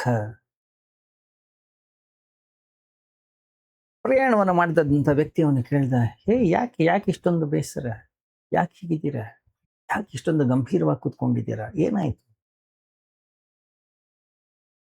ಅಯ್ಯೋ ಸರ್, ಏನ್ ಹೇಳಲಿ ನಾನು ನಿಮ್ಗೆ, ನನ್ನ ಹೆಂಡತಿಗೆ ಒಂದು ದೊಡ್ಡ ಹುಚ್ಚು. ಎಂಥ ದೊಡ್ಡ ಹುಚ್ಚು ಅಂತಂದ್ರೆ ತನ್ನನ್ನೇ ತಾನೊಂದು ಕೋಳಿ ಅಂತ ಅನ್ಕೊಂಡ್ಬಿಟ್ಟಿದ್ದಾಳೆ. ದಿನದ 24 ಗಂಟೆಯೂ ಕೂಡ ಕೊಕ್ಕೊ ಕೊಕ್ಕೊ ಅಂತ ಕೂಗುತ್ತಾ ಇರ್ತಾಳೆ. ಆ ಶಬ್ದ ನನ್ನ ತಲೆಯಲ್ಲಿ ಹಗಲು ರಾತ್ರಿ ಗುಯ್ಗುಡ್ತಾ ಇದೆ. ಅದಕ್ಕೆ ಅವನು ಹೇಳ್ದ, ಹೇ ಸಹೋದರ, ಇದಕ್ಕಾಗಿ ನೀನು ಇಷ್ಟೊಂದು ಚಿಂತೆ ಮಾಡೋ ಅಗತ್ಯ ಇಲ್ಲ. ಒಬ್ಬ ಉತ್ತಮ ಮನಃಶಾಸ್ತ್ರಜ್ಞ ಅವನ ಬಳಿ ಕರ್ಕೊಂಡು ಹೋಗು, ಸೈಕಾಟಿಸ್ಟ್ ಹತ್ರ ಕರ್ಕೊಂಡು ಹೋಗು, ತೋರಿಸು, ಈ ರೋಗ ಕಮ್ಮಿ ಆಗುತ್ತೆ, ಅದಕ್ಕಿಂತ ದೊಡ್ಡ ವಿಶೇಷ ಏನಿಲ್ಲ. ಎಂತೆಂಥ ದೊಡ್ಡ ದೊಡ್ಡ ಕಾಯಿಲೆಗಳೇ ಕಮ್ಮಿ ಆಗಿ ಅಂತ ಇದೇನಂತ ದೊಡ್ಡದು? ಅಯ್ಯೋ ಸರ್, ನಿಮ್ಗೆ ಗೊತ್ತಿಲ್ಲ, ಅವಳಿಗೆ ಗುಣ ಆಗುತ್ತೆ ಅದೇನೋ ಸರಿ, ಆದ್ರೆ ನಮಗೆ ಮೊಟ್ಟೆಗಳ ಅಗತ್ಯ ಕೂಡ ಇದೆಯಲ್ಲ. ಅವನಂದ, ಯಾರು ಹುಚ್ಚರಿಲ್ಲಿ? ಯಾಕೆ? ಯಾವ ಹುಚ್ಚನೂ ಕೂಡ ತನ್ನನ್ನು ಹುಚ್ಚ ಅಂತ ಹೇಳಿ ಭಾವಿಸೋದಿಲ್ಲ. ಪ್ರತಿಯೊಬ್ಬ ಹುಚ್ಚನೂ ಕೂಡ ಮತ್ತೊಬ್ಬನನ್ನ ಹುಚ್ಚ ಅಂತ ಹೇಳಿ ಭಾವಿಸ್ತಾರೆ. ಯಾವತ್ತು ನಾನೊಬ್ಬ ಹುಚ್ಚ, ನಾನೊಬ್ಬ ಅಜ್ಞಾನಿ, ನಾನೊಬ್ಬ ಮೂರ್ಖ ಅನ್ನುವಂತಹ ಸ್ಪಷ್ಟತೆಯನ್ನು ಅವನು ಪಡಿತಾನೋ ಅವನ ಜೀವನದಲ್ಲಿ ಒಂದು ಕ್ರಾಂತಿಯ ಕಿರಣ ಮೂಡಲಿಕ್ಕೆ ಆರಂಭವಾಗುತ್ತದೆ.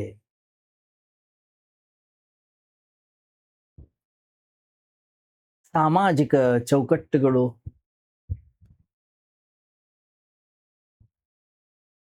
ಯುದ್ಧ, ಇವೆಲ್ಲ ಹಾಲಿನ ಜೊತೆಗೆ ವಿಷವನ್ನ ಬೆರೆಸಿ ಕುಡಿಸ್ತವೆ ನಮಗೆ. ಏನಿದೆಯಲ್ಲ ಎಲ್ಲವೂ ಕೂಡ ಜಗತ್ತಿನಲ್ಲಿ ನಡೀತಾ ಇರೋದು ಅಜ್ಞಾನದಿಂದಲೇ. ತಂದೆ, ತಾಯಿ, ಸಮಾಜ, ಗುರು, ಅವರೆಲ್ಲ ಯಾವ ಸಮಾಜದ ಚೌಕಟ್ಟಿನಲ್ಲಿ ಇದಾರೋ ಮಗುವು ಕೂಡ ಅದೇ ಚೌಕಟ್ಟಿನ ಒಳಗಡೆನೆ ತಳ್ಳುತ್ತಾರೆ. ಆ ಚೌಕಟ್ಟು ಮೂಲಭೂತವಾಗಿದೆಯೋ ತಪ್ಪಾಗಿದೆಯೋ ಅದರ ಅರಿವು ಯಾರಿಗೂ ಕೂಡ ಇಲ್ಲ. ಗಮನಿಸಿ, ನೀವು ಈ ಸಮಾಜವನ್ನ, ಈ ಭೂಮಿಯನ್ನ ಸ್ವಲ್ಪ ಗಮನ ಇಟ್ಟು ನೋಡಿ. ಒಂದು ವೇಳೆ ಈ ಸಮಾಜದ ಈ ಚೌಕಟ್ಟುಗಳು ತಪ್ಪಾಗಿಲ್ಲ ಅಂತಂದ್ರೆ ನಮ್ಗೆ ಯುದ್ಧಗಳೇನಕ್ಕೆ ಬೇಕಿತ್ತು? ಪ್ರತಿ 5 ವರ್ಷ, ಪ್ರತಿ 10 ವರ್ಷಕ್ಕೊಂದ್ಸರಿ ಯುದ್ಧ ನಡೀತಾ ಇದೆ. ಒಂದು ಮಹಾಯುದ್ಧ ನಡೆಯೋದು ಬಹಳ ಕಡ್ಡಾಯ ಆಗಿದೆ. ಪ್ರತಿ 10 ವರ್ಷಕ್ಕೆ ಕೋಟ್ಯಾಂತರ ಜನ ಸಾಯದೆ ಇದ್ರೆ ಮಾನವ ಕುಲಕ್ಕೆ ಶಾಂತಿನೇ ಇಲ್ಲ. ಎಂಥ ಮೂರ್ಖತನದ ಕಾರಣ. ಏನಕ್ಕೆ ಜನ ಕೊಲ್ಲಲ್ಪಡ್ತಾ ಇದ್ದಾರೆ, ಯಾಕೆ ಸಾಯ್ತಾ ಇದ್ದಾರೆ? ಸ್ವಲ್ಪ ಎಚ್ಚರಗೊಳ್ಳಿ, ಸ್ವಲ್ಪ ವಿಚಾರವನ್ನು ಮಾಡಿ ನೀವು. ನಾವು ವಿಚಾರವನ್ನು ಮಾಡ್ಲಿಕ್ಕೆ ಹೋದರೆ ನಮಗೆ ನಗು ಬರುತ್ತೆ. ಏನು ಹೇಳಿ, ಒಂದು ಕೋಲಿಗೆ ಒಂದು ಬಟ್ಟೆಯನ್ನು ಕಟ್ಟಿ ಅದನ್ನು ನಾವು ಧ್ವಜ, ರಾಷ್ಟ್ರ ಧ್ವಜ ಅಂತ ಕರಿತೀವಿ. ಅದನ್ನು ಯಾರೋ ಸ್ವಲ್ಪ ಕೆಳಗೆ ಮಾಡಿದ್ರೋ ಅಥವಾ ಅದನ್ನು ಯಾರೋ ಅಪಮಾನವನ್ನು ಮಾಡಿದ್ರೋ ಆ ಒಂದು ಕಾರಣಕ್ಕೆ ಯುದ್ಧವೇ ಘಟಿಸ್ತದೆ.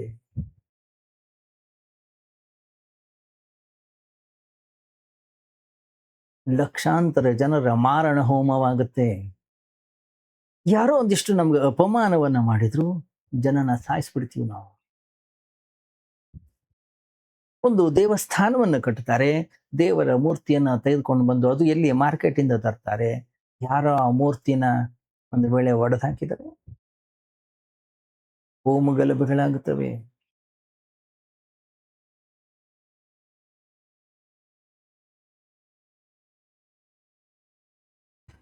ಚಿಕ್ಕ ಚಿಕ್ಕ ಮಕ್ಕಳು ಕೂಡ ಈ ತರದ ಬಾಲಿಶವಾದಂತಹ ವ್ಯವಹಾರವನ್ನ ಮಾಡೋದಿಲ್ಲ. ಚಿಕ್ಕ ಮಕ್ಕಳು ಗೊಂಬೆ ಮುರಿದ್ರೆ ಸ್ವಲ್ಪ ಅಳ್ತಾರೆ, ಆಮೇಲೆ ಮರ್ತೋಗ್ತಾರೆ. ಆದ್ರೆ ನಮ್ಮ ಗಲಭೆಗಳು ಜೀವನ ಪೂರ್ತಿ ನಡೀತವೆ.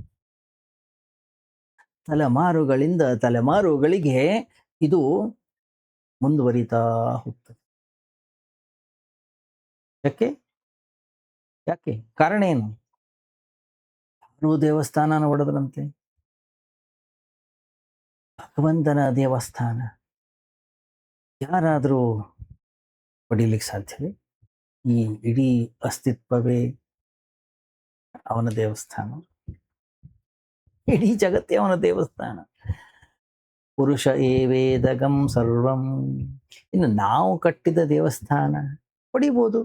ಯಾಕೆಂದ್ರೆ ಅವು ಪರಮಾತ್ಮನ ನಿಜವಾದ ದೇವಾಲಯಗಳ ಆಲಯಗಳಲ್ಲವೇ ಅಲ್ಲ. ಯಾವುದನ್ನ ಹೊಡಿಲಿಕ್ಕೆ ಸಾಧ್ಯ ಇದೆಯೋ ಅದು ಪರಮಾತ್ಮನೇ ಅಲ್ಲ, ಅದು ಪರಮಾತ್ಮಂದು ಅಲ್ಲವೇ ಅಲ್ಲ. ಅದೇ ಪ್ರೂಫ್, ಅದೇ ಸಾಬೀತಾಗುತ್ತೆ. ಪರಮಾತ್ಮಂದು ಯಾವುದನ್ನು ಕೂಡ ನಾವು ನಾಶ ಮಾಡ್ಲಿಕ್ಕೆ ಸಾಧ್ಯ ಇಲ್ಲ. ಯಾವುದನ್ನ ನಾವು ನಿರ್ಮಾಣ ಮಾಡ್ಲಿಕ್ಕೆ ಸಾಧ್ಯ ಇದೆಯೋ ಅದನ್ನ ನಾವು ನಾಶವನ್ನು ಕೂಡ ಮಾಡ್ಲಿಕ್ಕೆ ಸಾಧ್ಯ ಇದೆ. ಯಾವಾಗ ಅದನ್ನು ನಿರ್ಮಾಣ ಮಾಡ್ತೀವಿ ಆವಾಗಲೇ ತಪ್ಪು ಮಾಡಿದ್ದೇವೆ. ಆದ್ರಿಂದ ಅದು ನಾಶ ಆಯ್ತು ಅಂತ ಹೇಳಿ ಮಂದಿರಕ್ಕೆ ಬೆಂಕಿ ಹಚ್ಚು, ಮಸೀದಿಗೆ ಬೆಂಕಿ ಹಚ್ಚು, ಇನ್ನೊಬ್ಬರನ್ನ ಸಾಯಿಸು, ಮತ್ತೊಬ್ಬರನ್ನ ಕೊಲ್ಲು.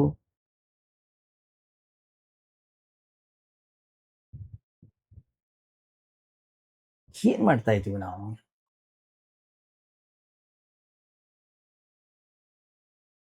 ಗಮನಿಸಿ ನೀವು, ಮುಸ್ಲಿಮರು ಭಗವಂತನಿಗೆ ನಾಮ ಇಲ್ಲ, ಭಗವಂತನಿಗೆ ರೂಪ ಇಲ್ಲ, ಭಗವಂತನಿಗೆ ಆದ್ರಿಂದ ಮೂರ್ತಿ ಇಲ್ಲ, ಇದನ್ನು ತಿಳಿಸಿ ಹೇಳೋ ಪ್ರಯತ್ನವನ್ನ ಮಾಡಿದ್ರು. ಆಗ್ಲಿಲ್ಲ, ಜನರನ್ನ ಸಾಯಿಸ್ಲಿಕ್ಕೆ ಶುರು ಮಾಡಿದ್ರು.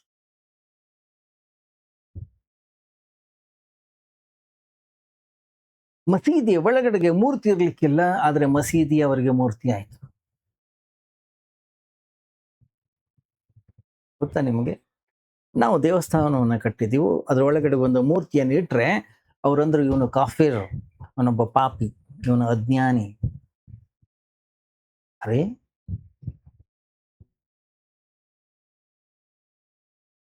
ಗಮನಿಸಿದ್ರೆ ನೀವು, ಯಾರಾದರೂ ಮೊಹಮ್ಮದನ ಚಿತ್ರವನ್ನ ಬರೆದ್ರೆ ಅವನ ಪ್ರಾಣಕ್ಕೆ ಅಪಾಯ.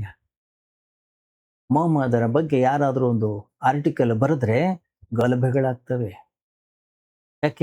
ಯಾಕೆಂದ್ರೆ ಅಲ್ಲಿ ಮೂರ್ತಿ ಇಲ್ಲ, ದೇವರಿಗೆ ರೂಪ ಇಲ್ಲ, ಸರಿ, ಆದ್ರೆ ಮೊಹಮ್ಮದನಿಗಿತ್ತು ತಾನೆ. ಭಗವಂತ ನಿರಾಕಾರ,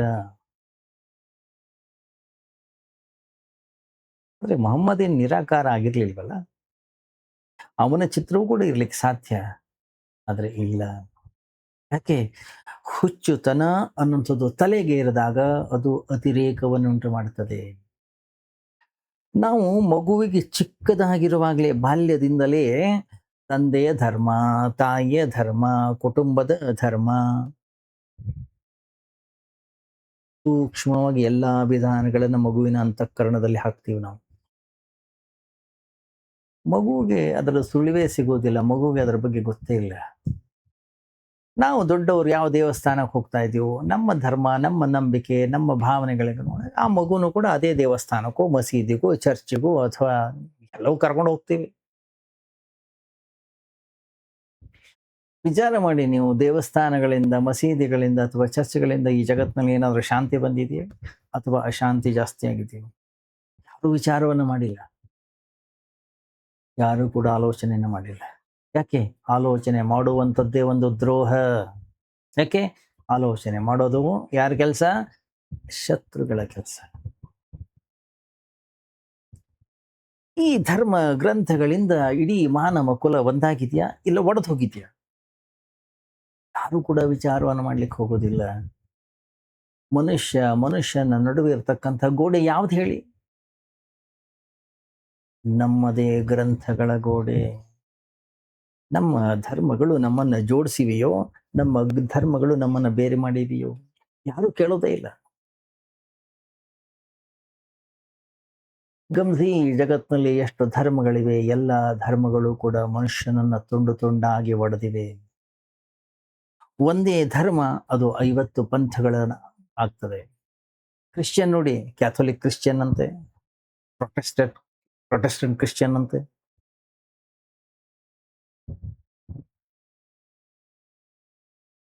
ಅವ್ರನ್ನ ಕಂಡ್ರೆ ಇವ್ರಿಗಾಗಲ್ಲ. ಹಿಂದೂ ಧರ್ಮದಲ್ಲಿ ಏನಿದೆ ಅದು ಕೂಡ ಹಾಗೆ ಇರೋದು. ಆದ್ರೆ ಎಲ್ಲಾ ಧರ್ಮಗಳ ಸಂದೇಶ ಏನು? ಎಲ್ಲರನ್ನೂ ಪ್ರೀತಿಸಿ, ಎಲ್ಲರನ್ನೂ ಕೂಡ ಸಹೋದರರ ಹಾಗೆ ನೋಡಿ, ಎಲ್ಲರ ಜೊಡವೆ ಮಿತ್ರತ್ವ ಇರಲಿ. ಈ ಭೂಮಿ ಅವನಿಗೆ ಸೇರಿದ್ದು, ನಮ್ಮೆಲ್ಲರ ತಂದೆ, ನಮ್ಮೆಲ್ಲರ ಯಜಮಾನ ಒಬ್ಬನೇ. ನಾವೆಲ್ಲ ಯಾರು? ಅವನ ಮಕ್ಕಳು. ಏನಿವೆಲ್ಲ? ಇವೆಲ್ಲ ಕೇವಲ ಮಾತುಗಳಾಗಿ ಉಳಿದಿವೆ. ಯಾರು ಹೀಗೆ ಹೇಳ್ತಾ ಇದ್ದಾರೆ ಅವರ ಕೈಯಲ್ಲೇ ಕತ್ತಿ ಇದೆ. ಅವ್ರು ಅಂತಾರೆ, ಖಡ್ಗವನ್ನ ಎತ್ತದೆ ಇದ್ರಿ ಈ ಜಗತ್ತಿನಲ್ಲಿ ಎಲ್ಲಿ ಶಾಂತಿ? ಹೋರಾಡಿದ್ರೆ, ಜೋರು ಮಾಡಿದ್ರೆ, ಕೊಲೆ ಮಾಡಿದ್ರೆ, ಗಲಾಟೆಯನ್ನ ಮಾಡಿದ್ರೆ ಮಾತ್ರ ಶಾಂತಿ ಸಿಗುತ್ತೆ ಅಲ್ಲ? ಕೇಳಿಲ್ವಾ ನಾವು ಪೇಪರ್ಗಳಲ್ಲಿ, ಟಿವಿಯಲ್ಲಿ ಓದಿಲ್ವಾ? ಈ ಯುದ್ಧ ಏನಕ್ಕೆ? ಶಾಂತಿಗಾಗಿ. ಶಾಂತಿಗಾಗಿ ಯುದ್ಧ. ಸದಾ ಯುದ್ಧವನ್ನ ಮಾಡ್ಕೊಂಡೇ ಬಂದಿದ್ದೇವೆ, ಆದ್ರೆ ಶಾಂತಿ ಮಾತ್ರ ಇನ್ನೂ ಬರಲೇ ಇಲ್ಲ. ಯಾರಾದ್ರೂ ಪ್ರಶ್ನೆ ಮಾಡಿದ್ದಾರೆ? ಯಾರು ವಿಚಾರ ಮಾಡಿದ್ದಾರೆ? ಸುಮ್ಮನೆ ಒಂದು ವಿಚಾರವನ್ನು ಮಾಡಿ. ಕಳೆದ 3000 ವರ್ಷಗಳಲ್ಲಿ ಹೆಚ್ಚು ಕಡಿಮೆ ಸುಮಾರು ಒಂದು 10 ರಿಂದ 15,000 ಯುದ್ಧಗಳಾಗಿವೆ. ಅಂದ್ರೆ ಹೆಚ್ಚು ಕಡಿಮೆ ವರ್ಷಕ್ಕೆ ಸರಾಸರಿ 5 ಯುದ್ಧಗಳು. ನಮ್ಗೆ ಏನ್ ಬೇಕಾಗಿದೆ? ಒಂದು ವೇಳೆ ಚರಿತ್ರಕಾರರು, ಇತಿಹಾಸಕಾರರು ಲೆಕ್ಕಾಚಾರ ಮಾಡಿ ಹೇಳೋದಾದ್ರೆ, ಈ ಭೂಮಿ ಮೇಲೆ ಯಾವತ್ತೂ ಕೂಡ ಯುದ್ಧ ಆಗದೇ ಇರೋ ದಿನ ಅನ್ನುವಂಥದ್ದೇ ಇಲ್ಲ. ಒಮ್ಮೆ ವಿಯೆಟ್ನಾಮಲ್ಲಿ, ಒಮ್ಮೆ ಕೊರಿಯಾದಲ್ಲಿ, ಮತ್ತೊಮ್ಮೆ ಇಸ್ರೇಲ್ನಲ್ಲಿ, ಇನ್ನೊಮ್ಮೆ ಕಾಶ್ಮೀರದಲ್ಲಿ, ಮತ್ತೊಮ್ಮೆ ಬಾಂಗ್ಲಾದೇಶದಲ್ಲಿ, ಇನ್ನೊಮ್ಮೆ ಪಾಕಿಸ್ತಾನದಲ್ಲಿ, ಮತ್ತೊಮ್ಮೆ ಭಾರತದಲ್ಲಿ. ಏನು? ಎಲ್ಲಾದ್ರೂ ಒಂದು ಕಡೆ ಯುದ್ಧ ನಡೀತಾನೆ ಇರುತ್ತೆ.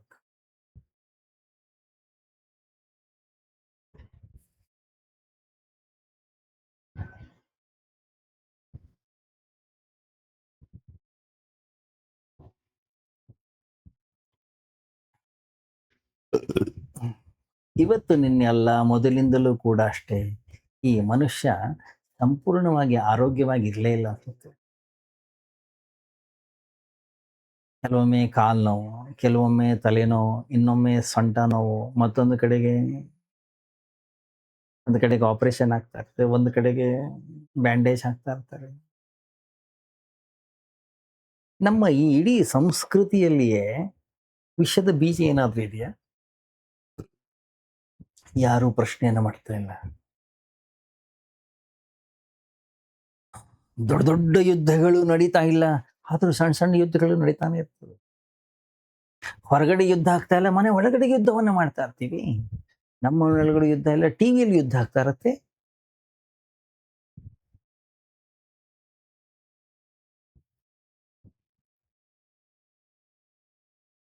ಒಬ್ಬ ಶಿಕ್ಷಕ ತನ್ನ ಮಕ್ಕಳಲ್ಲಿ ಕೇಳಿದ್ನಂತೆ, ನಿನಗೆ ಗೊತ್ತಿರತಕ್ಕಂತಹ ಬಹಳ ದೊಡ್ಡ ಯುದ್ಧ ಅಂತಕ್ಕಂಥದ್ದು ಯಾವುದು?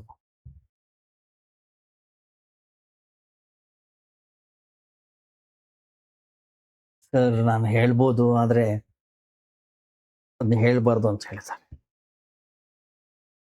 ಶಿಕ್ಷಕ ಹೇಳಿದ್ರೆ, ಯಾರು ನಿನ್ನ ತಡೆದಿದ್ದು? ಇದಕ್ಕಾಗಿ ತಾನೇ ಇತಿಹಾಸವನ್ನ ಓದ್ಸೋದು. ಯಾವ್ದದು ದೊಡ್ಡ ಯುದ್ಧ, ಮಹಾನ್ ಯುದ್ಧ ನಡೀತಾ ಇರೋದು, ನಡೆದದ್ದು ನೀನ್ ನೋಡಿದ್ಯಾ ಯಾವ್ದು?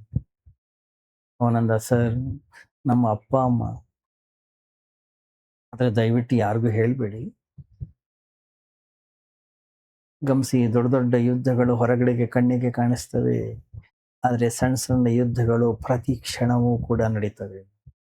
ಈ ಇಡೀ ಭೂಮಿ ಪ್ರತಿ ಕ್ಷಣ ಕಲಹ ಜಗಳದಿಂದ ತುಂಬಿಕೊಂಡಿದೆ. ಪ್ರೀತಿಯ ಹೆಸರಿನಲ್ಲೂ ದ್ವೇಷವೇ, ಕಲಹಗಳೇ, ಯುದ್ಧಗಳೇ.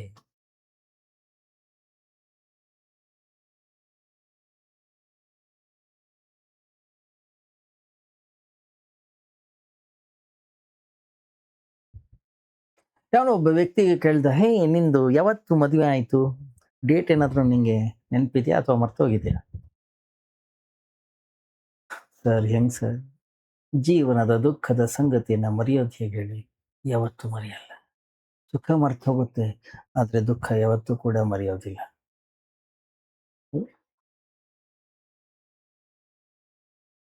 ಯಾಕೆಂದ್ರೆ ನಮ್ಮ ಪ್ರೀತಿ ಪ್ರೇಮ ಎಲ್ಲ ದುಃಖವಾಗಿ ಬದಲಾಗಿದೆ. ನಮ್ಮ ಜೀವನದ ರಚನೆಯಲ್ಲಿಯೇ ಯಾವುದೋ ಒಂದು ಮೂಲಭೂತವಾಗಿರ್ತಕ್ಕಂಥ ಒಂದು ತಪ್ಪಿದೆ. ಅದಕ್ಕೋಸ್ಕರನೇ ಎಲ್ಲವೂ ತಪ್ಪಾಗ್ತಾ ಇದೆ. ಇಲ್ಲಿ ಯಾರು ಏನು ಪ್ರಶ್ನೆಯನ್ನೇ ಮಾಡೋದಿಲ್ಲ. ಯಾವುದು ಇಲ್ಲಿ ಸರಿಯಾಗಿಲ್ಲ ಅಂತ ನಮ್ಗೆ ಅನ್ನಿಸ್ತಾನೆ ಇಲ್ಲ.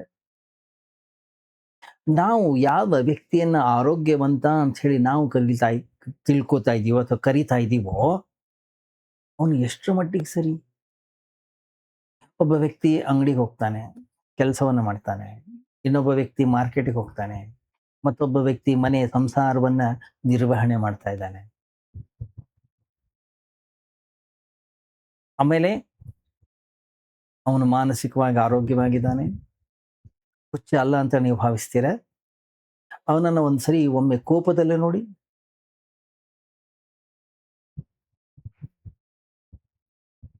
ಯಾವಾಗ ಅವನು ಕೋಪಿಷ್ಠನಾಗಿರ್ತಾನೋ ಅವಾಗ ನಮ್ಗನ್ಸುತ್ತೆ ಇವನು ಕಂಪ್ಲೀಟ್ ಆಗಿ ಹುಚ್ಚಾಗಿದ್ದಾನೆ.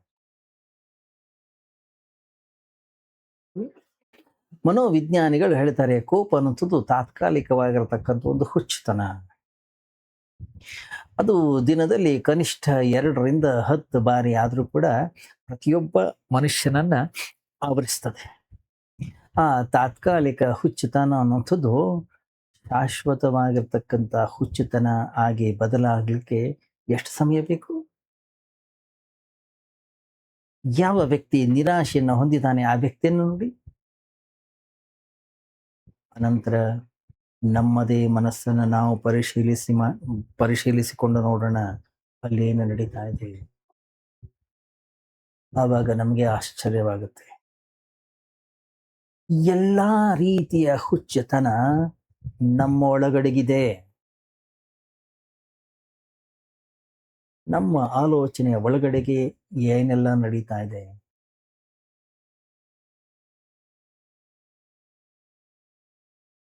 ಅರ್ಧ ಗಂಟೆ ನಮ್ಮ ಮನಸ್ಸಿನ ಒಳಗಡೆ ಓಡಾಡ್ತಾ ಇರ್ತಕ್ಕಂತಹ ಪ್ರತಿಯೊಂದು ವಿಚಾರವನ್ನ ಯಥಾವತ್ತಾಗಿ ಇದ್ದದ್ದು ಇದ್ದ ಹಾಗೆ ಒಂದು ಹಾಳೆಯ ಮೇಲೆ ಬರೆದಿಡಿ.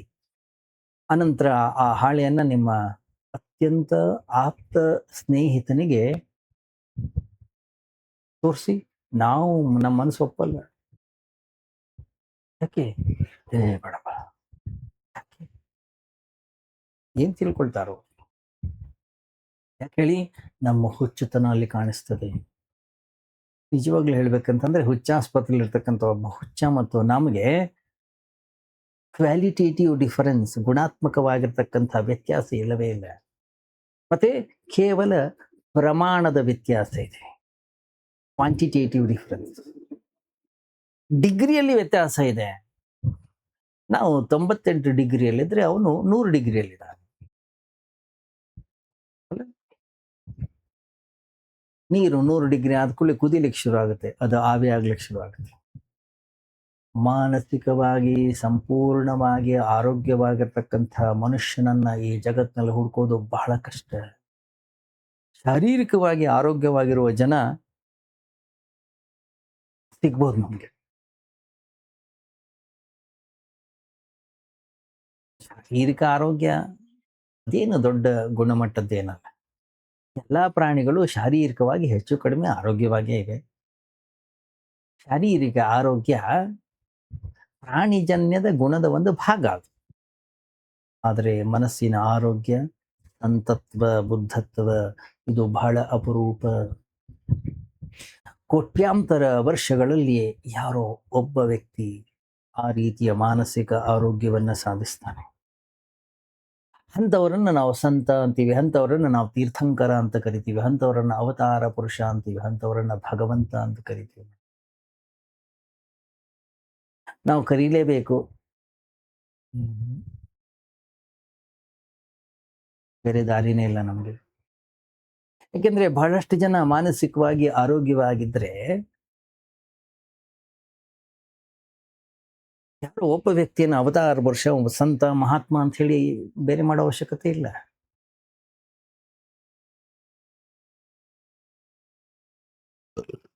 ಆರೋಗ್ಯವಂತ ವ್ಯಕ್ತಿ ಎಷ್ಟು ಕಡಿಮೆ ಜನ ಇದ್ದಾರೆ ಅಂತಂದ್ರೆ ಅವರನ್ನ ನಾವು ಬೆರಳು ಎಣಿಕೆಯಲ್ಲಿ ಎಣಿಸ್ಬೋದಷ್ಟೇ. ಆದ್ರಿಂದ ಅಂತಹ ಮಹಾತ್ಮರನ್ನ, ಅಂತಹ ಸಂತರನ್ನ, ಅಂತಹ ವಿಭೂತಿಯ ಪುರುಷರನ್ನ ನಾವು ಸಾಮಾನ್ಯ ಮನುಷ್ಯರಿಂದ ಪ್ರತ್ಯೇಕಿಸಬೇಕಾಗ್ತದೆ. ಏನಿದು ಬಹಳ ದುಃಖಕರವಾಗಿರ್ತಕ್ಕಂಥ ಒಂದು ಸಂಗತಿ. ಪ್ರತಿಯೊಬ್ಬ ವ್ಯಕ್ತಿಯೂ ಕೂಡ ದೈವತ್ವವನ್ನ ತಲುಪೋದು ಸಹಜವಾಗಿರಬೇಕಿತ್ತು. ಆದರೆ ಯಾವನೋ ಒಬ್ಬ ವ್ಯಕ್ತಿ ದೈವತ್ವವನ್ನ ಸಾಧಿಸಲು ವಿಫಲನಾಗಿ ರೋಗಿ ಆಗೋದು ಅಪರೂಪದ ಘಟನೆ ಆಗಬೇಕಿತ್ತು. ಇಡೀ ಭೂಮಿಯ ಎಲ್ಲ ಜನರು ಆಸ್ಪತ್ರೆಯ ಒಳಗಡೆ ಇಟ್ಕೊಂಡು ಆಸ್ಪತ್ರೆಯ ಹೊರಗೆ ಮನೆಯಲ್ಲಿ ಎಲ್ಲೋ ಒಬ್ಬಿಬ್ರು ಮಾತ್ರ. ಸುಮ್ಮನೆ ಒಂದು ಕಲ್ಪನೆಯನ್ನು ಮಾಡ್ಕೊಳ್ಳಿ, ಹೇಗಿರ್ಬೋದು ಈ ಜಗತ್ತು, ಪ್ರಪಂಚ ಹೇಗಿರುತ್ತೆ. ಪ್ರಸ್ತುತ ಮನಸ್ಸಿನ ದೃಷ್ಟಿಯಿಂದ ನಮ್ಮ ಪರಿಸ್ಥಿತಿ ವಿಚಾರವನ್ನ ಮಾಡಿದ್ರೆ ನಾವು ಹೀಗೆ ಇದ್ದೀವಿ. ಆದ್ರೆ ನಾವ್ಯಾರೂ ಕೂಡ ಇದರ ಬಗ್ಗೆ ವಿಚಾರವನ್ನ ಮಾಡ್ಲಿಕ್ಕೆ ಹೋಗ್ತಾ ಇಲ್ಲ. ಈ ಜಗತ್ತಿಗೆ ಒಂದು ಹೊಸ ಮಗು ಅನ್ನೋದು ಬಂದಾಗ ಒಂದು ಹೊಸ ಪ್ರಪಂಚದ ಆರಂಭವಾಗಬಹುದು. ಆದ್ರೆ ಅದರಲ್ಲಿರ್ತಕ್ಕಂಥ ಹಳೆಯ ಮನಸ್ಸು ಆ ಮಗುನ ಬೇಗನೆ ತನ್ನ ಬಣಕ್ಕೆ ಎಳ್ಕೊಂಡು ಬಿಡುತ್ತೆ. ಹೇಗಾದ್ರೂ ಮಾಡಿ ಅವನನ್ನು ಕೂಡ ನಮ್ಮ ಹಾಗೆ ಮಾಡ್ಬಿಡ್ತೀವಿ ನಾವು. ನನ್ನಲ್ಲಿ ಅಹಂಕಾರ ಇದೆ, ಅದರಿಂದ ತಂದೆ ಏನಂತಾನೆ, ನನ್ನ ಮಗ ನಂತರ ಆಗಬೇಕು. ನಾನು ನನ್ನ ಹಾಗೆ ಇದ್ದು ಏನು ಸಾಧನೆ ಮಾಡಿದ್ದೀನಿ? ನಾನ್ಯಾಕೆ ನನ್ನ ಮಗನ ಜೀವನವನ್ನು ಹಾಳು ಮಾಡಬೇಕು?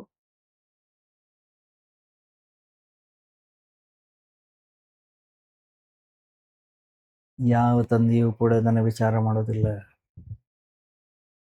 ನಾನು ನನಗೆ ಹೆಂಗ್ ಬೇಕು ಹಾಗೆ ಇದ್ದೆ, ನನಗೇನು ಸಿಕ್ಕಿದೆ?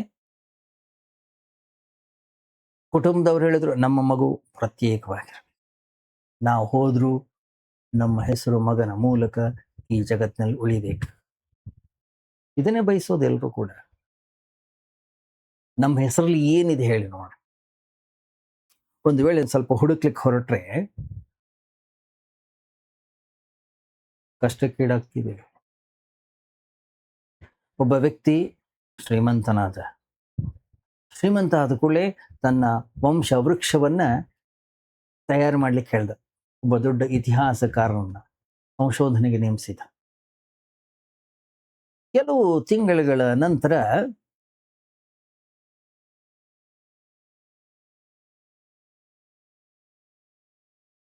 ಆ ಇತಿಹಾಸಕಾರ ಏನಾದರೂ ಕಂಡು ಹಿಡಿದ್ನೆ, ಸಂಶೋಧನೆ ಏನಾದರೂ ಮುಗೀತೆ ಅಂತ ಹೇಳಿ ವಿಚಾರ ಮಾಡ್ತಾ ಇದ್ರು.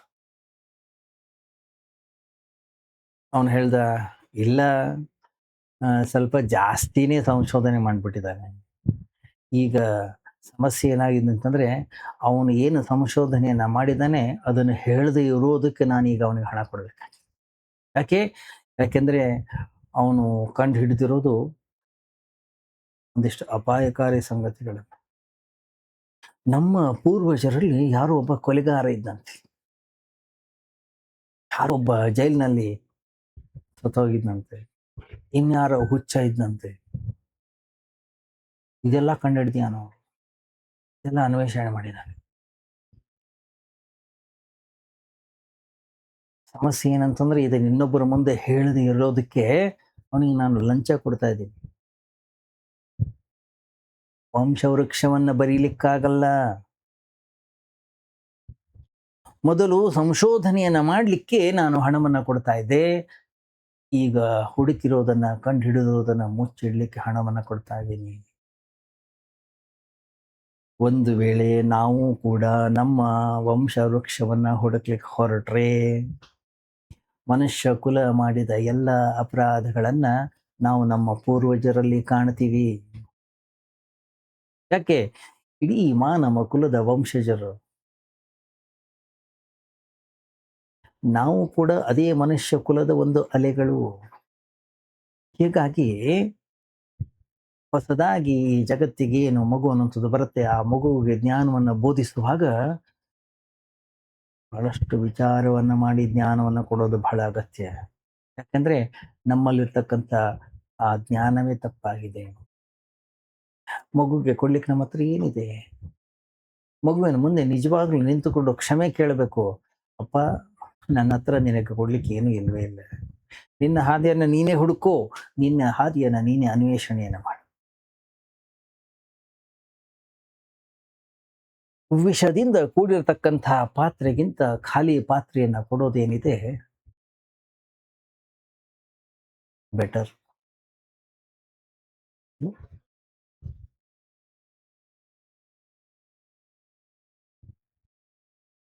ಸೂಫಿ ಕಥೆಯನ್ನ ನಾವು ಇವತ್ತು ಚಿಂತನೆಯನ್ನ ಮಾಡ್ತಾ ಇದ್ದೆವು. ಅದರ ಒಂದೊಂದು ಭಾಗವನ್ನ ಅರ್ಥ ಮಾಡಿಕೊಳ್ಳುವ ಒಂದು ಪ್ರಯತ್ನವನ್ನ ನಾವು ಮಾಡೋಣ.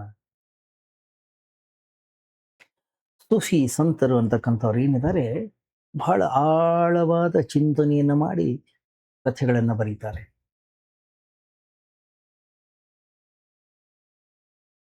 ಮೂಸಾರ ಗುರುಗಳಾಗಿರ್ತಕ್ಕಂಥ ಖಿದ್ರ, ಅವನು ಏನ್ ಹೇಳಿದ್ದ, ಒಂದು ನಿರ್ದಿಷ್ಟ ದಿನಾಂಕದ ನಂತರ ಪ್ರಪಂಚದ ಎಲ್ಲಾ ನೀರಿನ ಗುಣಧರ್ಮ ಅನ್ನೋದು ಬದಲಾಗುತ್ತದೆ.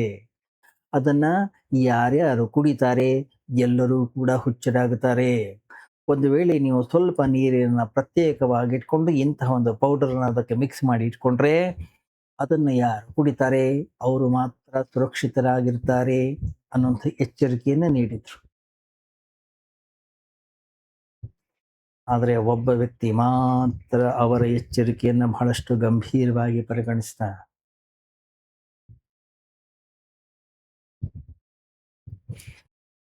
ಗಮನಿಸಿ, ಸ್ವತಃ ಸಾಕ್ಷಾತ್ ಭಗವಂತನೇ ಮೇಲಿಂದ ಕೆಳಗಿಳಿದು ಬಂದು ನಮಗೇನಾದ್ರೂ ಕೂಡ ಹೇಳಿದ್ರು ಕೋಟ್ಯಾಂತರ ಜನರಲ್ಲಿ ಒಬ್ಬ ಮಾತ್ರ ಅವನ ಮಾತಿಗೆ ಗಮನವನ್ನ ಕೊಡ್ತಾನೆ. ನಾವು ಕೇಳಿಸ್ಕೊಳ್ಳೋದಿಲ್ಲ ಅಂತಿಲ್ಲ, ಆದ್ರೆ ಕೇಳಿಸದಂತೆ ನಟನೆ ಮಾಡ್ತೀವಿ. ಯಾಕೆ? ಆ ಮಾತಿಗೆ ಗಮನ ಕೊಡೋದಂದ್ರೆ ನಮ್ಮ ಜೀವನದ ವ್ಯವಸ್ಥೆಯನ್ನೇ ನಾವು ಬದಲಾಯಿಸ್ಕೊಳ್ಳಿಕ್ಕೆ ನಾವು ತಯಾರಾಗಬೇಕು.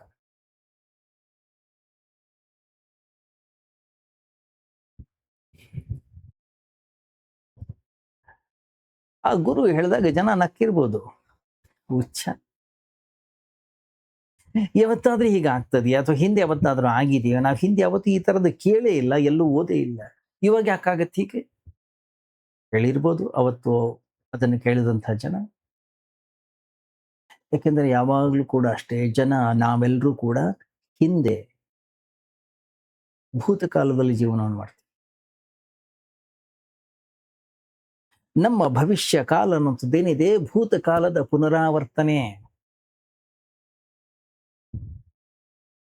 ಅನುಭವವನ್ನ ಗಳಿಸಿ ಅನುಭವದಿಂದ ಜೀವಿಸಿ ಅಂತಾರೆ. ಅನುಭವದಿಂದ ಜೀವಿಸುವನು ಗತಕಾಲದ ಆಧಾರದ ಮೇಲೆಯೇ ತನ್ನ ಭವಿಷ್ಯವನ್ನ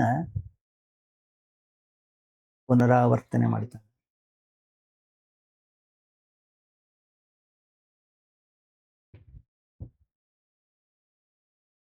ಗಮನಿಸಿ, ಅನುಭವದಿಂದಲ್ಲ, ಬೋಧದಿಂದ, ವಿವೇಕದಿಂದ. ಈಗ ಜೀವನವನ್ನು ಮಾಡಬೇಕು ತಿಳುವಳಿಕೆಯಿಂದ, ಜ್ಞಾನದಿಂದ. ಯಾಕೆಂದ್ರೆ ಜ್ಞಾನ ಅನ್ನುವಂಥದ್ದೇನಿದೆ ಅದು ವರ್ತಮಾನಕ್ಕೆ ಸೇರಿದ್ದು.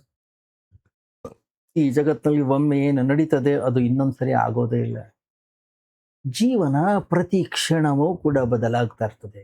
ಗಂಗೆ ಅಂತಕ್ಕಂಥವಳು ಹರಿತಾನೆ ಇರ್ತಾಳೆ, ಸೂರ್ಯ ಉದಯಿಸ್ತಾನೆ ಇರ್ತಾನೆ, ಸೂರ್ಯ ಅಂತಕ್ಕಂಥವನು ಉರಿತಾನೆ ಇರ್ತಾನೆ. ಇಲ್ಲಿ ಎಲ್ಲವೂ ಬದಲಾಗ್ತಾ ಇರ್ತದೆ. ಆದ್ರೆ ನಾವು ಮಾತ್ರ ಹಳೆಯ ಅನುಭವದಿಂದ ಜೀವನವನ್ನು ಮಾಡ್ತಾ ಇದ್ದೀವಿ. ಅನುಭವ ಏನದು? ಗತಿಸಿ ಹೋದಂತಹ ಒಂದು ಕಾಲ. ಆ ಕಾಲವನ್ನ ಭವಿಷ್ಯಕ್ಕೆ, ವರ್ತಮಾನಕ್ಕೆ ಅದನ್ನ ಅನ್ವಯಿಸಿದ್ರೆ ತಪ್ಪು ಸಂಭವಿಸ್ತದೆ. ಯಾವ ಘಟನೆಯಿಂದ ನಮಗೆ ಅನುಭವ ಸಿಕ್ತೋ ಆ ಘಟನೆ ನಮ್ಮ ಜೀವನದಲ್ಲಿ ಇನ್ನೊಂದು ಸರಿ ನಡೆಯೋದೇ ಇಲ್ಲ. ಈ ಜಗತ್ತಲ್ಲಿ ಯಾವುದೂ ಕೂಡ ಪುನರಾವರ್ತನೆ ಅನ್ನುವಂಥದ್ದೇ ಇಲ್ಲ. ಇಲ್ಲಿ ಪ್ರತಿಯೊಂದು ಕ್ಷಣ ಕೂಡ ಹೊಸತು. ಪ್ರತಿಯೊಂದು ಚಿಗುರು ಕೂಡ ಒಂದು ಹೊಸತೆ. ಪ್ರತಿಯೊಂದು ಮುಂಜಾನೆಯೂ ಕೂಡ ಮುಂಜಾನೆ ಇಬ್ಬನಿ ಕೂಡ ಹೊಸದೇ.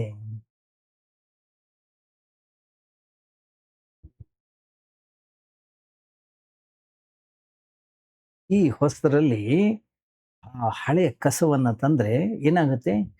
ಗೊಂದಲವಾಗುತ್ತೆ. ಮತ್ತೆ ನಾವು ಹೊಸವರಾಗಬೇಕು. ನಾವು ಹೊಸ ಚಿಗುರನ್ನ ಹಾಗಾಗಬೇಕು. ನವೀನವಾಗಬೇಕು. ಬೋಧಪೂರ್ಣರಾಗಬೇಕು ನಾವು. ನಮ್ಮ ಜೀವನಕ್ಕೆ ಆವಾಗ ನಮ್ಮ ಪ್ರತಿಕ್ರಿಯೆ ಸರಿಯಾಗಿರುತ್ತದೆ.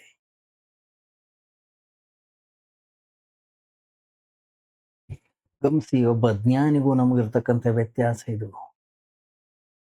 ನಾವು ಹಿಂದಿನ ಅನುಭವದಿಂದ ಜೀವನವನ್ನು ಮಾಡ್ತೀವಿ. ಒಬ್ಬ ಜ್ಞಾನಿ ಜಾಗೃತನಾಗಿ, ಜಾಗರೂಕನಾಗಿ ಜೀವನವನ್ನು ಮಾಡ್ತಾನೆ. ಹಳೆಯ ಹಿಂದಿನ ಅನುಭವ, ಹಿಂದಿನ ಜ್ಞಾನದಿಂದಲ್ಲ. ಹಿಂದೆ ಆಗು ಹೋಗಿರ್ತಕ್ಕಂಥ ಅನುಭವಗಳನ್ನು ಹೊತ್ಕೊಂಡು ಬರೋದಿಲ್ಲ.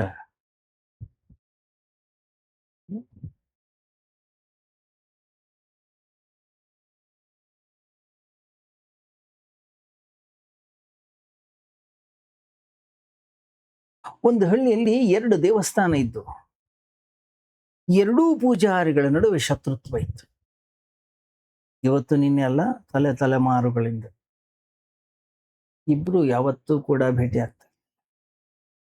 ಒಂದು ವೇಳೆ ಅಕಸ್ಮಾತ್ ರಸ್ತೆ ಎದುರು ಬದ್ರು, ಒಂದು ವೇಳೆ ಅವರು ಸಿಕ್ಕರು, ಮುಖ ತಿರುಗಿಸ್ಕೊಂಡು ಹೋಗ್ತಾ ಇದ್ರು. ಆದ್ರೆ ಇವರಿಬ್ಬರ ಪೂಜಾರಿಗಳ ಹತ್ರ ಇಬ್ರು ಸಣ್ಣ ಹುಡುಗರು ಕೆಲಸ ಮಾಡೋರಿದ್ರು. ಮಾರ್ಕೆಟ್ಗೆ ಹೋಗೋದು, ತರಕಾರಿ ತರೋದು, ಸಾಮಾನು ತರೋದು, ಸಣ್ಣ ಪುಟ್ಟ ಕೆಲಸವನ್ನ ಮಾಡೋದು, ಓಡಾಡೋದು, ಅದು ಅವ್ರದ್ದು ಕೆಲಸ ಆಗಿತ್ತು. ಗಮನಿಸಿ, ಹುಡುಗರೇ.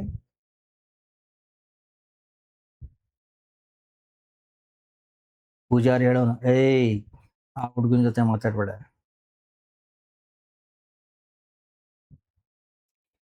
ಅವರು ಹುಡುಗರಲ್ವಾ, ರಸ್ತೆಯಲ್ಲಿ ಸಿಕ್ಕಾಗ ಅವ್ರು ಮಾತಾಡೋರು.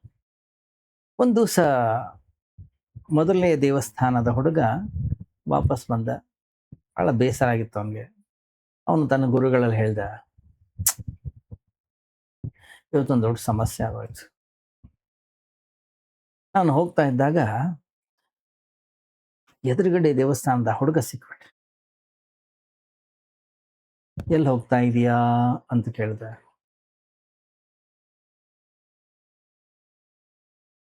ನಾನೇ ಕೇಳ್ದೆ ಎಲ್ಲಿ ಹೋಗ್ತೀಯ ಅಂತ. ಗಾಳಿ ಎಲ್ಲಿ ಕರ್ಕೊಂಡು ಹೋಗುತ್ತೆ ಅಲ್ಲಿ ಹೋಗ್ತೀನಿ ಅಂದ. ನಂಗೆ ಮುಂದೆ ಏನ್ ಹೇಳ್ಬೇಕು ತಿಳಿಲೇ ಇಲ್ಲ. ಅವನೊಂದು ದೊಡ್ಡ ಒಗಟ್ ಹೇಳ್ದ. ಗುರುಗಳಂದ್ರು, ಫಸ್ಟ್ ಮಿಸ್ಟೇಕ್ ಏನ್ ಗೊತ್ತಾ? ನೀನು ಅವನ್ನ ಮಾತಾಡ್ಸ್ಲೇಬಾರ್ದಿತ್ತು, ಅವನನ್ನ ಕೇಳಲೇಬಾರ್ದಿದ್ದು. ಕೇಳಿದ್ದೆ ಫಸ್ಟ್ ತಪ್ಪು. ಅಜ್ಞಾನಿಗಳನ್ನ ಏನ್ ಕೇಳ್ತೀಯ? ಇಲ್ಲಿ ನಾನಿದ್ದೀನಿ, ನೀನ್ ನನ್ನನ್ನು ಕೇಳಬೇಕಿತ್ತು. ಅದನ್ನ ಬಿಟ್ಬಿಟ್ಟು ಅವನನ್ನ ಯಾಕೆ ಹೋಗ್ಲಿಕ್ಕೆ? ನಾವು ಹೋಗಿ ಅವನನ್ನ ಕೇಳಿದ್ದಕ್ಕೆ ನಾವು ಅಜ್ಞಾನಿಗಳು ಅಂತ ಹೇಳಿ ತೋರಿಸ್ಕೊಟ್ಬಿಟ್ಟಿದೀವಿ.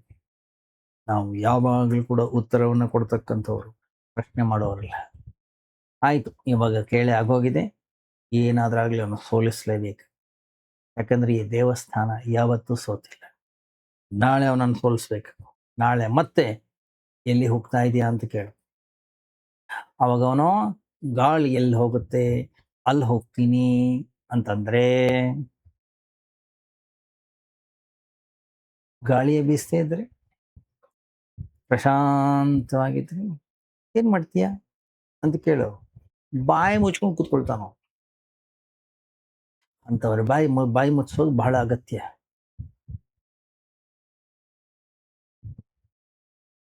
ಆ ಪ್ರಕಾರ ಮಾರನೇ ದಿವಸ ಈ ಹುಡುಗ ಹೋದ. ರಸ್ತೆಯಲ್ಲಿ ಆ ಹುಡುಗ ತಯಾರಿದ್ದ. ಮತ್ತೆ ಇವನೇ ಕೇಳ್ದ, ಎಲ್ಲಿಗೆ ಹೋಗ್ತಾ ಇದೀಯಾ?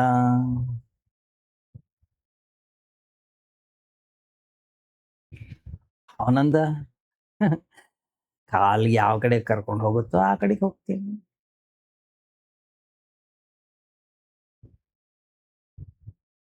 ಇವನು ಉತ್ತರ ರೆಡಿ ಇಟ್ಕೊಂಡು ಬಂದಿಯಾನೆ, ಉತ್ತರವನ್ನ ಬೈ ಹಾರ್ಟ್ ಮಾಡ್ಕೊಂಡು ಬಂದಿಯಾನೆ. ಆದ್ರೆ ಇಲ್ಲಿ ಪ್ರಶ್ನೆ ಅದಲ್ವೇ ಅಲ್ಲ, ಇಲ್ಲಿ ಬೇರೆ ಇದೆ, ಪರಿಸ್ಥಿತಿಯೇ ಬೇರೆ. ಗಮನಿಸಿ, ನಮ್ಮ ಹತ್ರ ರೆಡಿಮೇಡ್ ಉತ್ತರ ಇದ್ರೆ ನಮ್ಮ ಸ್ಥಿತಿಯು ಕೂಡ ಹೀಗೆ ಆಗುತ್ತದೆ. ಆದರೆ ಪರಿಸ್ಥಿತಿ ದಿನವೂ ಕೂಡ ಒಂದೇ ರೀತಿ ಇರೋದಿಲ್ಲ. ಮತ್ತೆ ಹತ್ಕೊಂಡು ವಾಪಸ್ ಬಂದ. ಅವನು ಹೇಳ್ದ, ಅವನೊಬ್ಬ ದೊಡ್ಡ ಮೋಸಗಾರ ಅವನು. ಯಾಕೆ? ನಿನ್ನೆ ಒಂದ್ ಹೇಳ್ದ, ಇವತ್ತು ಇನ್ನೊಂದೇನು ಹೇಳ್ತಾರೆ. ಗುರುಗಳಂದ್ರು, ಅಯ್ಯೋ, ಆ ದೇವಸ್ಥಾನದ ಹಿಸ್ಟ್ರಿನೇ ಹಾಗೆ ಕಣಪ್ಪ. ಅವ್ರು ಬರೀ ದೊಡ್ಡ ಮೋಸಗಾರರೇ. ಅದಕ್ಕೆ ಹೇಳೋದು ಅವ್ರ ಜೊತೆ ಮಾತಾಡಬಾರ್ದು ಅಂತ. ನಾವು ನಾವು ನಾವು ಏನು ನಂಬಿದ್ದೇವೆ ಆ ಉತ್ತರ ಕಂಡುಕೊಳ್ತೀವಿ. ಅವ್ರು ಹಾಗಲ್ಲ. ಅವರು ಅವ್ರ ಅಪಾರ್ಚುನಿಟಿ ನೋಡಿ ಮಾತಾಡ್ತಾರೆ. ಸಂದರ್ಭ ಸಾಧಕರವರೆಲ್ಲರೂ ಕೂಡ. ಆದರೂ ಅವನನ್ನು ಸೋಲಿಸಲೇಬೇಕು. ನಾಳೆ ನಾಳೆ ಮತ್ತೆ ಕೇಳು, ಕಾಲ್ ಯಾವ ಕಡೆ ಹೋಗ್ತಾ ಇದೆ ಆ ಕಡೆಗೆ ಹೋಗ್ತೀನಿ ಅಂತ ಹೇಳಿ ಒಂದು ವೇಳೆ ಅವನ ಅಂದ್ರೆ ನೀ ಹೇಳಬೇಕು, ಒಂದು ವೇಳೆ ಕಾಲೇ ಕತ್ತರಿಸಿದ್ರೆ, ಪಾರ್ಶ್ವವಾಯು ಬಂದ್ರೆ ಏನ್ ಮಾಡ್ತೀಯ ಅಂತ ಕೇಳು.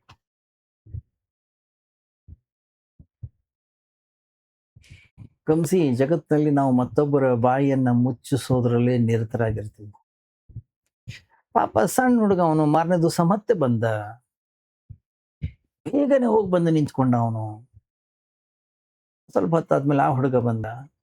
ಹೇಳ್ದ ಇವನು, ಎಲ್ಲಿಗೆ ಹೋಗ್ತಾ ಇದೀಯಾ?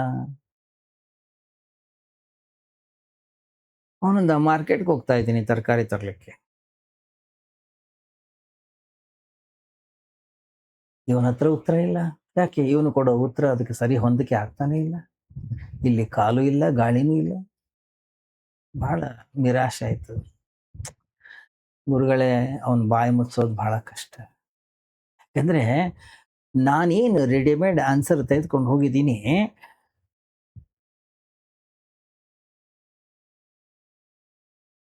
ಪರಿಸ್ಥಿತಿಯನ್ನೇ ಅವನು ಬದಲಾಯಿಸ್ಬಿಡ್ತಾನೆ.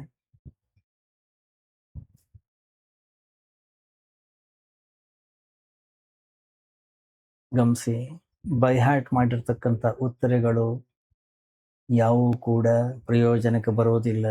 ನಮ್ಮ ಜೀವನವೂ ಕೂಡ ಹೀಗೆ. ಹಳೆಯ ರೆಡಿಮೇಡ್ ಆನ್ಸರ್ ಅನ್ನು ಹಿಡ್ಕೊಂಡು ನಾವು ಜೀವನವನ್ನು ಮಾಡ್ಲಿಕ್ಕೆ ಹೋಗ್ತೀವಿ.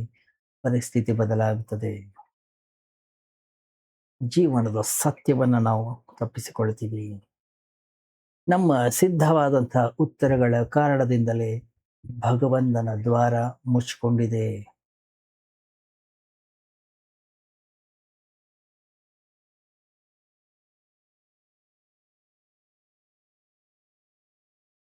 ನಾವೇನು ಒಂದಿಷ್ಟು ಜ್ಞಾನವನ್ನು ಗಳಿಸಿದೀವಿ, ಅಹಂಕಾರದ ಆ ಜ್ಞಾನವನ್ನು ಸ್ವಲ್ಪ ಸೈಡ್ಗೆ ಇಡಬೇಕು. ಸ್ವಲ್ಪ ಆಚೆ ಇಡಬೇಕು ನಾವು.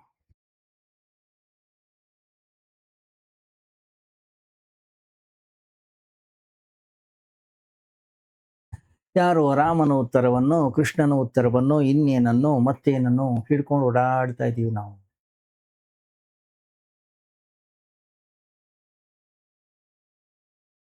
ನಾನು ರಾಮನ ಭಕ್ತನಾಗಿರ್ಬೋದು, ನಾನು ಕೃಷ್ಣನ ಭಕ್ತನಾಗಿರ್ಬೋದು, ಆದ್ರೆ ಪ್ರಕೃತಿ ರಾಮನ ಭಕ್ತ ಅಲ್ಲ.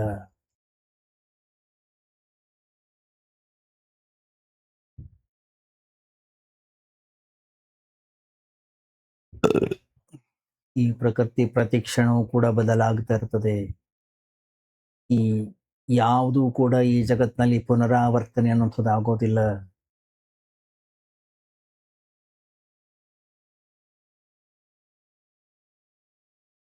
ಕೃಷ್ಣ ಏನು ಹಿಂದೆ ಬಂದಿದ್ದ ಅದೇ ರೂಪದಲ್ಲಿ ಇನ್ನೊಂದ್ಸರಿ ಈ ಜಗತ್ತಿಗೆ ಬರೋದಿಲ್ಲ. ಈ ಜಗತ್ತಿನಲ್ಲಿ ಭಗವಂತ ಯಾವಾಗ್ಲೂ ಕೂಡ ಒಂದು ಹೊಸತನ್ನ ಸೃಷ್ಟಿ ಮಾಡ್ತಾನೆ. ಒಂದು ವೇಳೆ ಕೃಷ್ಣ ನವಿಲು ಗರಿಯನ್ನು ಹೊತ್ತುಕೊಂಡು ಕೈಯಲ್ಲಿ ಕೊಳಲನ್ನ ಹಿಡ್ಕೊಂಡು ಬರ್ತಾನೆ ಅಂತ ನಾವು ಕಾಯ್ತಾ ಕೂತ್ಕೊಂಡ್ರೆ ಕೃಷ್ಣ ಬರೋದೇ ಇಲ್ಲ. ಯಾಕೆ?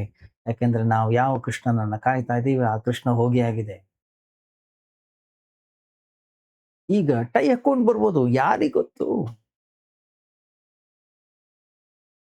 ಆದ್ರೆ ನಾವು ಅದನ್ನ ಕಲ್ಪನೆ ಮಾಡೋದು ಕಷ್ಟ ಆಗುತ್ತೆ. ಟೈ ಹಾಕೊಂಡು, ಸೂಟ್ ಹಾಕೊಂಡು ಕೃಷ್ಣ ಸಾಧ್ಯನೇ ಇಲ್ಲ. ಒಬ್ಬ ಕೃಷ್ಣ ನವಿಲು ಗರಿಯನ್ನ ಧರಿಸಬಹುದು ಅಂತ ಅನ್ನೋದಾದ್ರೆ ಸೂಟ್ ಬೂಟ್ ಹಾಕೊಳ್ಳಿಕ್ಕೆ ಯಾಕೆ ಸಾಧ್ಯ ಇಲ್ಲ?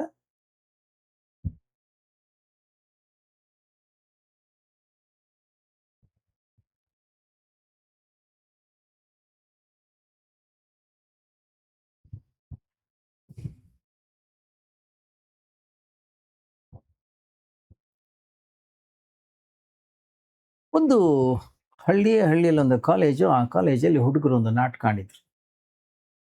ಅಲ್ಲೊಂದು ರಾಮಾಯಣದ ನಾಟಕ ಆಗಿತ್ತು. ಆ ನಾಟಕ ಅಂದ್ರೆ ತಮಾಷೆಗೆ ಆಗಿರ್ತಕ್ಕಂಥ ನಾಟಕ ಅದು. ಆದ್ರೆ ಜನ ಏನ್ ಮಾಡ್ತಾರೆ, ತಮಾಷೆಯನ್ನು ಕೂಡ ಅರ್ಥ ಮಾಡ್ಕೊಳ್ಳೋದಿಲ್ಲ. ಮೂಢರ ಲಕ್ಷಣವೇ ಹಾಗೆ. ಅವ್ರ ಹೆಸರು ಕೊಟ್ಟಿದ್ದೇ ಹಾಗೆ. ಏನದು? ಮಾಡರ್ನ್ ರಾಮಲೀಲಾ. ಏನದು? ಅದು ಸುಮ್ಮನೆ ಒಂದು ತಮಾಷೆ, ಒಂದು ವ್ಯಂಗ್ಯ ಆಗಿತ್ತಷ್ಟೆ. ಆದ್ರೆ ದೊಡ್ಡ ಗಲಾಟೆ ಆಗೋಯ್ತು. ಯಾಕೆಂದ್ರೆ ಆ ನಾಟಕದಲ್ಲಿ ರಾಮ ಪ್ಯಾಂಟ್ ಶರ್ಟ್ ಹಾಕೊಂಡಿದ್ದ, ಸೀತೆ ಸಿಗರೆಟ್ ಸೇರ್ತಾ ಇದ್ಲು. ಗಲಭೆ ಆಯ್ತು, ಗಲಾಟೆ ಆಯ್ತು, ಕುರ್ಚಿಗಳನ್ನ ಮುರಿದ್ರು, ಜನ ವೇದಿಕೆಯಲ್ಲಿ ಹೋಗಿ ಹೊಡೆದ್ರು, ಬಡಿದ್ರು. ಯಾಕೆ? ಅಪಮಾನ ಮಾಡಿದ್ದಾರೆ.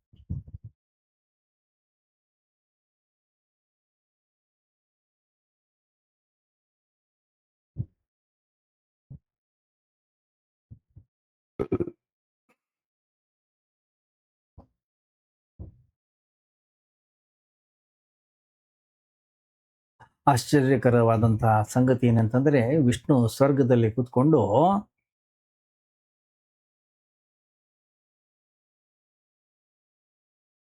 ವೀಳ್ಯದೆಲೆಯನ್ನ ತಿಂತಾ ಇರ್ತಾನೆ.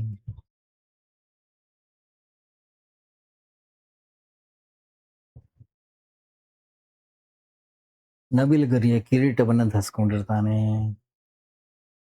ನಾವು ಓದಿದ್ದೇವಲ್ವ, ನಾವು ಕೇಳಿದ್ದೇವಲ್ವ ಇದನ್ನೆಲ್ಲ.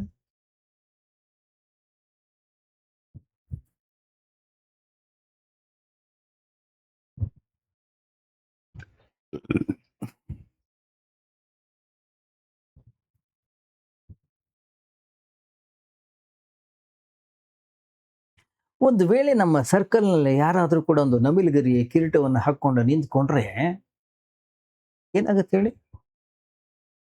ನಾವೇನಂತೀವಿ? ಹ್ಮ್. ಹುಚ್ಚಿಡ್ದಿದೆ ಅಂತೀವಿ ನಾವು. ಗಮನಿಸಿ, ಜೀವನದ ಪ್ರತಿ ಕ್ಷಣವೂ ಕೂಡ ಬದಲಾಗ್ತಾ ಇರ್ತದೆ. ಆದ್ರೆ ನಮ್ಮ ಉತ್ತರಗಳು ಬದಲಾಗೋದೇ ಇಲ್ಲ. ದಿನವೂ ಕೂಡ ಜೀವನದ ನಿಜವಾದ ಸತ್ಯವನ್ನ ನಾವು ಕಳೆದುಕೊಳ್ತಾ ಇದ್ದೀವಿ. ನಮ್ಮ ಮತ್ತು ಜೀವನದ ನಡುವೆ ಯಾವುದೇ ರೀತಿಯ ಹೊಂದಾಣಿಕೆ ಅನ್ನುವಂಥದ್ದು ಇಲ್ಲ. ಒಂದು ವೇಳೆ ನಮಗೇನಾದರೂ ಭಗವಂತ ಸಿಗ್ತಾ ಇಲ್ಲ ಅಂತಂದ್ರೆ, ಅದೇ ನಾವು ರೆಡಿಮೇಡ್ ಆನ್ಸರ್‌ನ ಹಿಡ್ಕೊಂಡು ಕೂತಿದ್ದೀವಿ. ರೆಡಿಮೇಡ್ ಲಿಸ್ಟ್ ಹಿಡ್ಕೊಂಡು ಕೂತ್ಕೊಂಡಿದ್ದೀವಿ ನಾವು. ಯಾರಾದರೂ ಒಂದು ಹೊಸ ಉತ್ತರವನ್ನ ಕೊಟ್ರೆ ಅದನ್ನ ನಾವು ಕೇಳಿಸ್ಕೊಳ್ಳೋದಿಲ್ಲ. ಯಾಕೆ? ಹಳೆ ಹಳೆ ಧೂಳು ಅನ್ನುವಂಥದ್ದು ಏನಿದೆ ಅದರಲ್ಲಿ ತುಂಬಿಕೊಂಡಿದ್ದೀವಿ.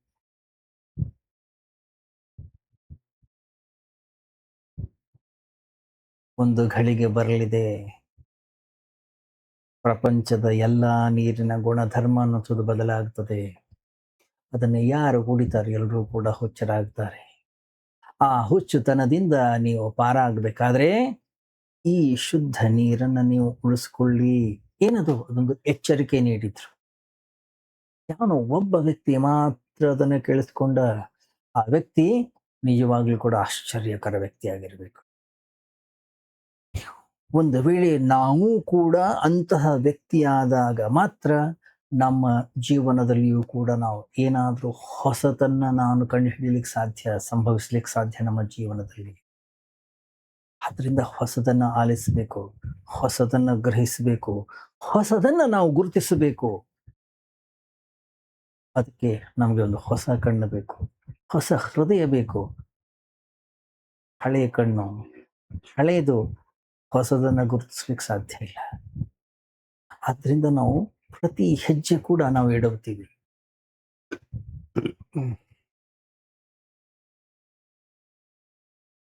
ಭಗವಂತ ಪ್ರತಿ ಕ್ಷಣವೂ ಕೂಡ ಒಂದು ಹೊಸ ಅವತಾರವನ್ನು ತಾಳುತ್ತಾನೆ, ಹೊಸ ರೂಪವನ್ನು ಧರಿಸಿಕೊಂಡು ಬರ್ತಾನೆ. ಅವನ ಕಲೆ, ಅವನ ಕ್ರಿಯೇಟಿವಿಟಿ ಮುಗಿಯೋದೇ ಇಲ್ಲ. ಯಾರಲ್ಲಿ ಆ ಕಲೆ, ಕ್ರಿಯೇಟಿವಿಟಿ ಅನ್ನೋದು ಮುಗಿದು ಹೋಗುತ್ತೋ ಅವರು ಮಾತ್ರ ಹಳೆದನ್ನೇ ಹಿಡ್ಕೊಂಡು ಓಡಾಡ್ತಾ ಇರ್ತಾರೆ, ಹಳೆದನ್ನೇ ಮತ್ತೆ ಮತ್ತೆ ರಿಪೀಟ್ ಮಾಡ್ತಾ ಇರ್ತಾರೆ. ಭಗವಂತ ಅನಂತವಾದಂಥ ಒಂದು ಕಲೆಯಾಗಿದ್ದಾನೆ. ಅವನ ಕಲೆ ಎಂದಿಗೂ ಕೂಡ ಮುಗಿಯೋದೇ ಇಲ್ಲ. ಅವನಿಗೆ ಹಳೆದನ್ನ ಪುನರಾವರ್ತನೆ ಮಾಡೋ ಅಗತ್ಯ ಅವನಿಗಿಲ್ಲವೇ ಇಲ್ಲ. ಯಾಕೆ? ಪ್ರತಿದಿನವೂ ಪ್ರತಿಕ್ಷಣವೂ ಹೊಸದನ್ನು ಸೃಷ್ಟಿ ಮಾಡ್ತಾ ಇರ್ತಾನೆ. ಗಮನಿಸಿ ನೀವು, ನಮ್ಗೆ ಯಾವಾಗ ಹೊಸದನ್ನ ಮಾಡ್ಲಿಕ್ಕೆ ಆಗೋದಿಲ್ಲ, ಹಳೆಯದನ್ನೇ ಮತ್ತೆ ಮತ್ತೆ ಪುನರಾವರ್ತನೆ ಮಾಡ್ತೀವಿ. ಯಾಕೆ? ನಮ್ಮಲ್ಲಿ ಇರೋ ಪ್ರತಿಭೆನೇ ಅಷ್ಟು. ಆದರೆ ಭಗವಂತನ ಪ್ರತಿಭೆ ಮುಗಿಯೋದೇ ಇಲ್ಲ.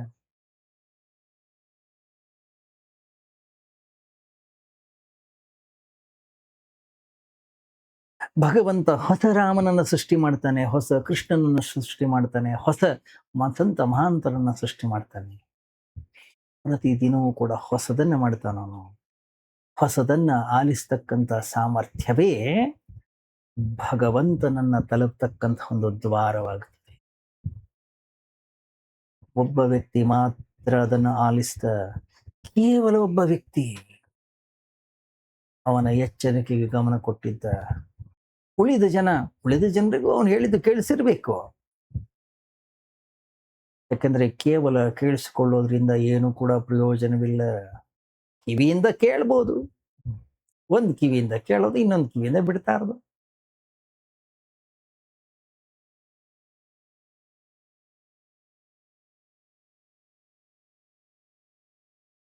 ದೊಡ್ಡ ದೊಡ್ಡ ಪಂಡಿತರು ಇದ್ದಿರ್ಬೋದು, ಅವತ್ತು ದೊಡ್ಡ ದೊಡ್ಡ ತಿಳುವಳಿಕೆ ಇರ್ಬೋದು, ಅನುಭಾವಿಗಳಿದ್ದಿರ್ಬೋದು. ಅವನು ಹೇಳಿರ್ತಕ್ಕಂಥ ಎಚ್ಚರಿಕೆಯನ್ನ ಅವರವ್ರಿಗೆ ಬೇಕಾದಂಥ ರೀತಿಯಲ್ಲೇ ಕೂಡ ಅವರು ಅರ್ಥ ಮಾಡ್ಕೊಂಡಿರ್ಬೋದು. ಅಯ್ಯೋ, ಏನೋ ಒಂದು ಪ್ರತೀಕ, ಯಾವತ್ತಾದ್ರೂ ನೀರು ಬದಲಾಗ್ತದೆಯೇ? ಹೌದಲ್ಲ? ಇಲ್ಲ. ಇದ್ರಲ್ಲಿ ಏನೋ ಒಂದು ರಹಸ್ಯವಿದೆ, ಏನೋ ಒಂದು ಗಹನ ತತ್ವ ಇದೆ.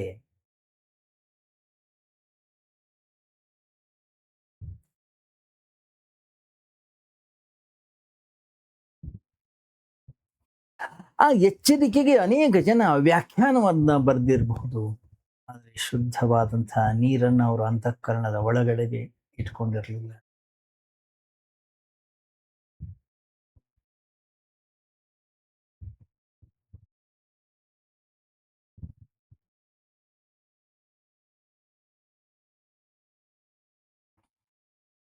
ನಮ್ಮ ಜೀವನದ ಹಣೆಬರಹವೇ ಹಾಗೆ.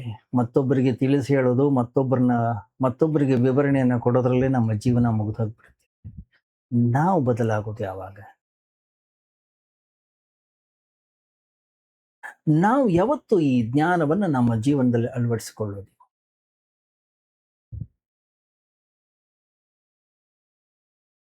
ಮತ್ತೊಬ್ಬರಿಗೆ ಹೇಳ್ಬೋದು ನಾವು, ಇದು ಅತ್ಯಂತ ಅಮೂಲ್ಯವಾಗಿರ್ತಕ್ಕಂಥ ಜ್ಞಾನ ಅಂತ ಹೇಳಿ. ಎಲ್ಲಿ ತನಕ ಆ ಅಮೂಲ್ಯ ಜ್ಞಾನ ನನ್ನ ಅನುಭವವಾಗೋದಿಲ್ವೋ, ನನ್ನ ಜೀವನದಲ್ಲಿ ನಾನು ಅಳವಡಿಸಿಕೊಳ್ಳೋದಿಲ್ವೋ, ಅಲ್ಲಿ ತನಕ ಅದಕ್ಕೆ ಬೆಲೆಯೇ ಇಲ್ಲ.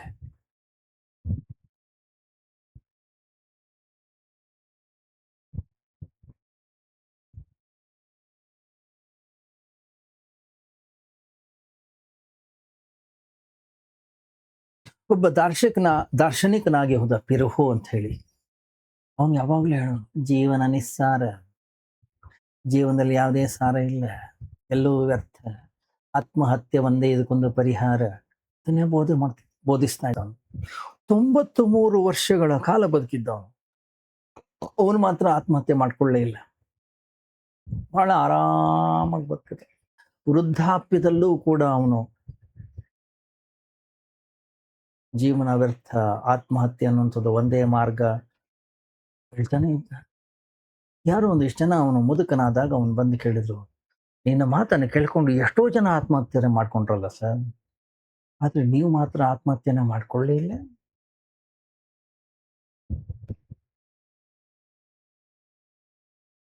ಅವನಂದ, ಏನ್ ಮಾಡೋದು, ನಂದು ಬಹಳ ಅಸಹಾಯಕ ಸ್ಥಿತಿ, ನಾನು ಜನರಿಗೆ ಬೋಧನೆಯನ್ನು ಮಾಡಲಿಕ್ಕೆ ನಾನು ಬದುಕಿರಲೇಬೇಕು, ಇಲ್ದಿದ್ರೆ ಅವರಿಗೆ ಬೋಧನೆಯನ್ನು ಮಾಡೋರು ಯಾರು, ತಿಳಿಸಿ ಹೇಳೋರು ಯಾರು?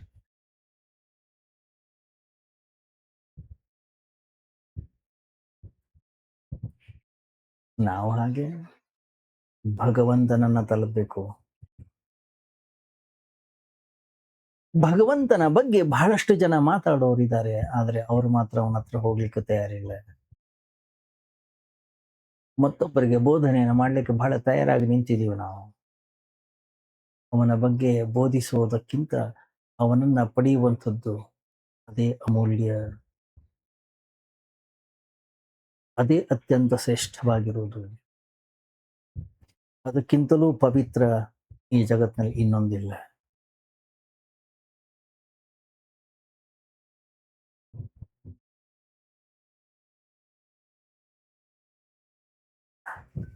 ಗಮನಿಸಿ, ನಾವು ಏನು ಹೇಳ್ತೀವಿ ಅದರ ಮೇಲೆ ಪೂರ್ತಿಯಾದಂಥ ನಂಬಿಕೆ ನಮಗೆ ಇರೋದಿಲ್ಲ, ನಮಗೆ ಅದರ ಮೇಲೆ ವಿಶ್ವಾಸ ಇರೋದಿಲ್ಲ. ನಾವೇನು ಜ್ಞಾನವನ್ನ ಬೋಧನೆಯನ್ನ ಮಾಡ್ತಾ ಇರ್ತೀವಿ ಅದರಲ್ಲಿ ನಮಗೆ ಅನುಮಾನ ಇರುತ್ತೆ. ಬೇರೆಯವ್ರಿಗೆ ಹೇಳ್ತೀವಿ ನಾವು ಶ್ರದ್ಧೆ ಇರಬೇಕು ಅಂತ ಹೇಳಿ, ಆದ್ರೆ ನಮ್ಮಲ್ಲಿ ಏನು ನಂಬಿಕೆ ಇದೆ, ನಮ್ಮಲ್ಲಿ ಏನು ಜ್ಞಾನ ಇದೆ, ಆ ಜ್ಞಾನದ ಮೇಲೆ ನಮಗೆ ಶ್ರದ್ಧೆ.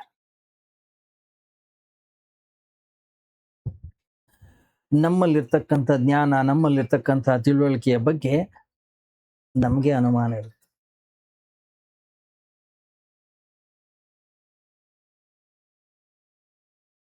ಬಹಳಷ್ಟು ಜನ ಸಂತರಾಗಿ ಹೋದ್ರು, ಬಹಳಷ್ಟು ಜನ ತಿಳುವಳಿಕೆ ಉಳ್ಳವರಾಗಿ ಹೋದ್ರು. ದೊಡ್ಡ ಮಹಾತ್ಮರು ಏನ್ ಹೇಳಿದ್ರು, ಗಮನ ಇಟ್ಟು ಕೇಳಿದವನು ಒಬ್ಬ ಮಾತ್ರ. ಹಾಗೆ ನಾನು ಕೂಡ ಗಮನ ಇಟ್ಟು ಅದನ್ನ ನೋಡಿ ವಿಚಾರವನ್ನ ಮಾಡ್ಲಿಕ್ಕೆ ಶುರು ಮಾಡಿದ್ರೆ ನಾನು ಕೂಡ ಭಗವಂತನನ್ನ ಪಡೀಲಿಕ್ಕೆ ಸಾಧ್ಯ. ಮುಂದುವರಿಯುತ್ತೆ ನಾಳೆ ಚಿಂತನೆ. ಓಂ ಸರ್ವೇ ಭವಂತು ಸುಖಿನಃ, ಸರ್ವೇ ಸಂತು ನಿರಾಮಯಾಃ, ಸರ್ವೇ ಭದ್ರಾಣಿ ಪಶ್ಯಂತು, ಮಾ ಕಶ್ಚಿತ್ ದುಃಖಭಾಗ್ ಭವೇತ್. ಸತೋ ಮಾ ಸದ್ಗಮಯ, ತಮಸೋ ಮಾ ಜ್ಯೋತಿರ್ಗಮಯ, ಮೃತ್ಯೋರ್ಮಾ ಅಮೃತಂಗಮಯ. ಓಂ ಶಾಂತಿ ಶಾಂತಿ ಶಾಂತಿ. ಹರಿ ಓಂ. ಶ್ರೀ ಗುರುಭ್ಯೋ ನಮಃ. ಹರಿ ಓಂ.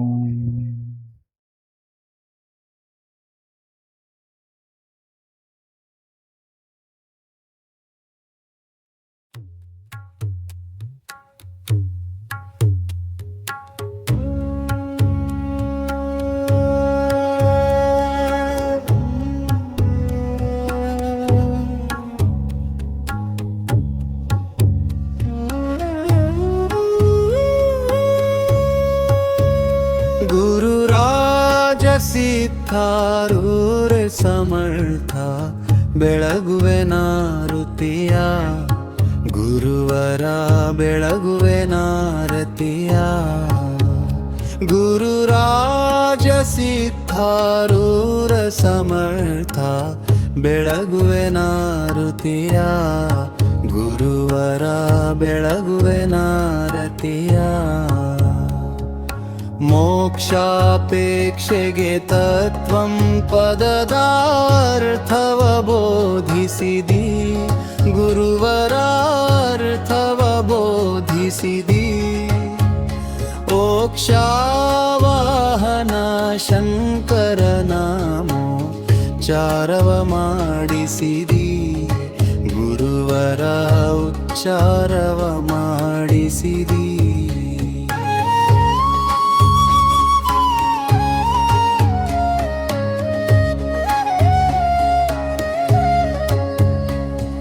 ಶ್ಯಾಮಧಾಮ ಶ್ರೀರಾಮ ಭಿನ್ನ ಶಂಕರ ನೀನಿರುವಿ, ಗುರುವರ ಶಂಕರ ನೀನಿರುವಿ. ಕಾಮ ಕ್ರೋಧ ಜಗದೊಳು ಶಾಂತಿಯ ಬೀರಿದಿ ಗುರುವರ ಶಾಂತಿಯ ಬೀರಿದಿ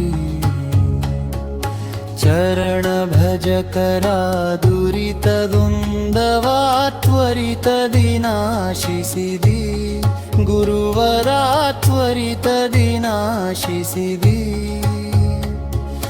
ವರಭೃಲತಾಪುರ ದೈವದಿಂದಲೇ ನಿರುತದಿ ವಾಸಿಸಿದಿ ಗುರುವರ ನಿರುತದಿ ವಾಸಿಸಿದಿ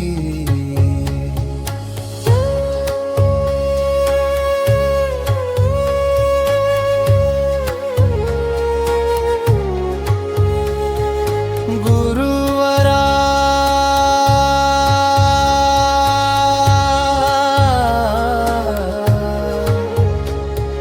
ನಿರುತದಿ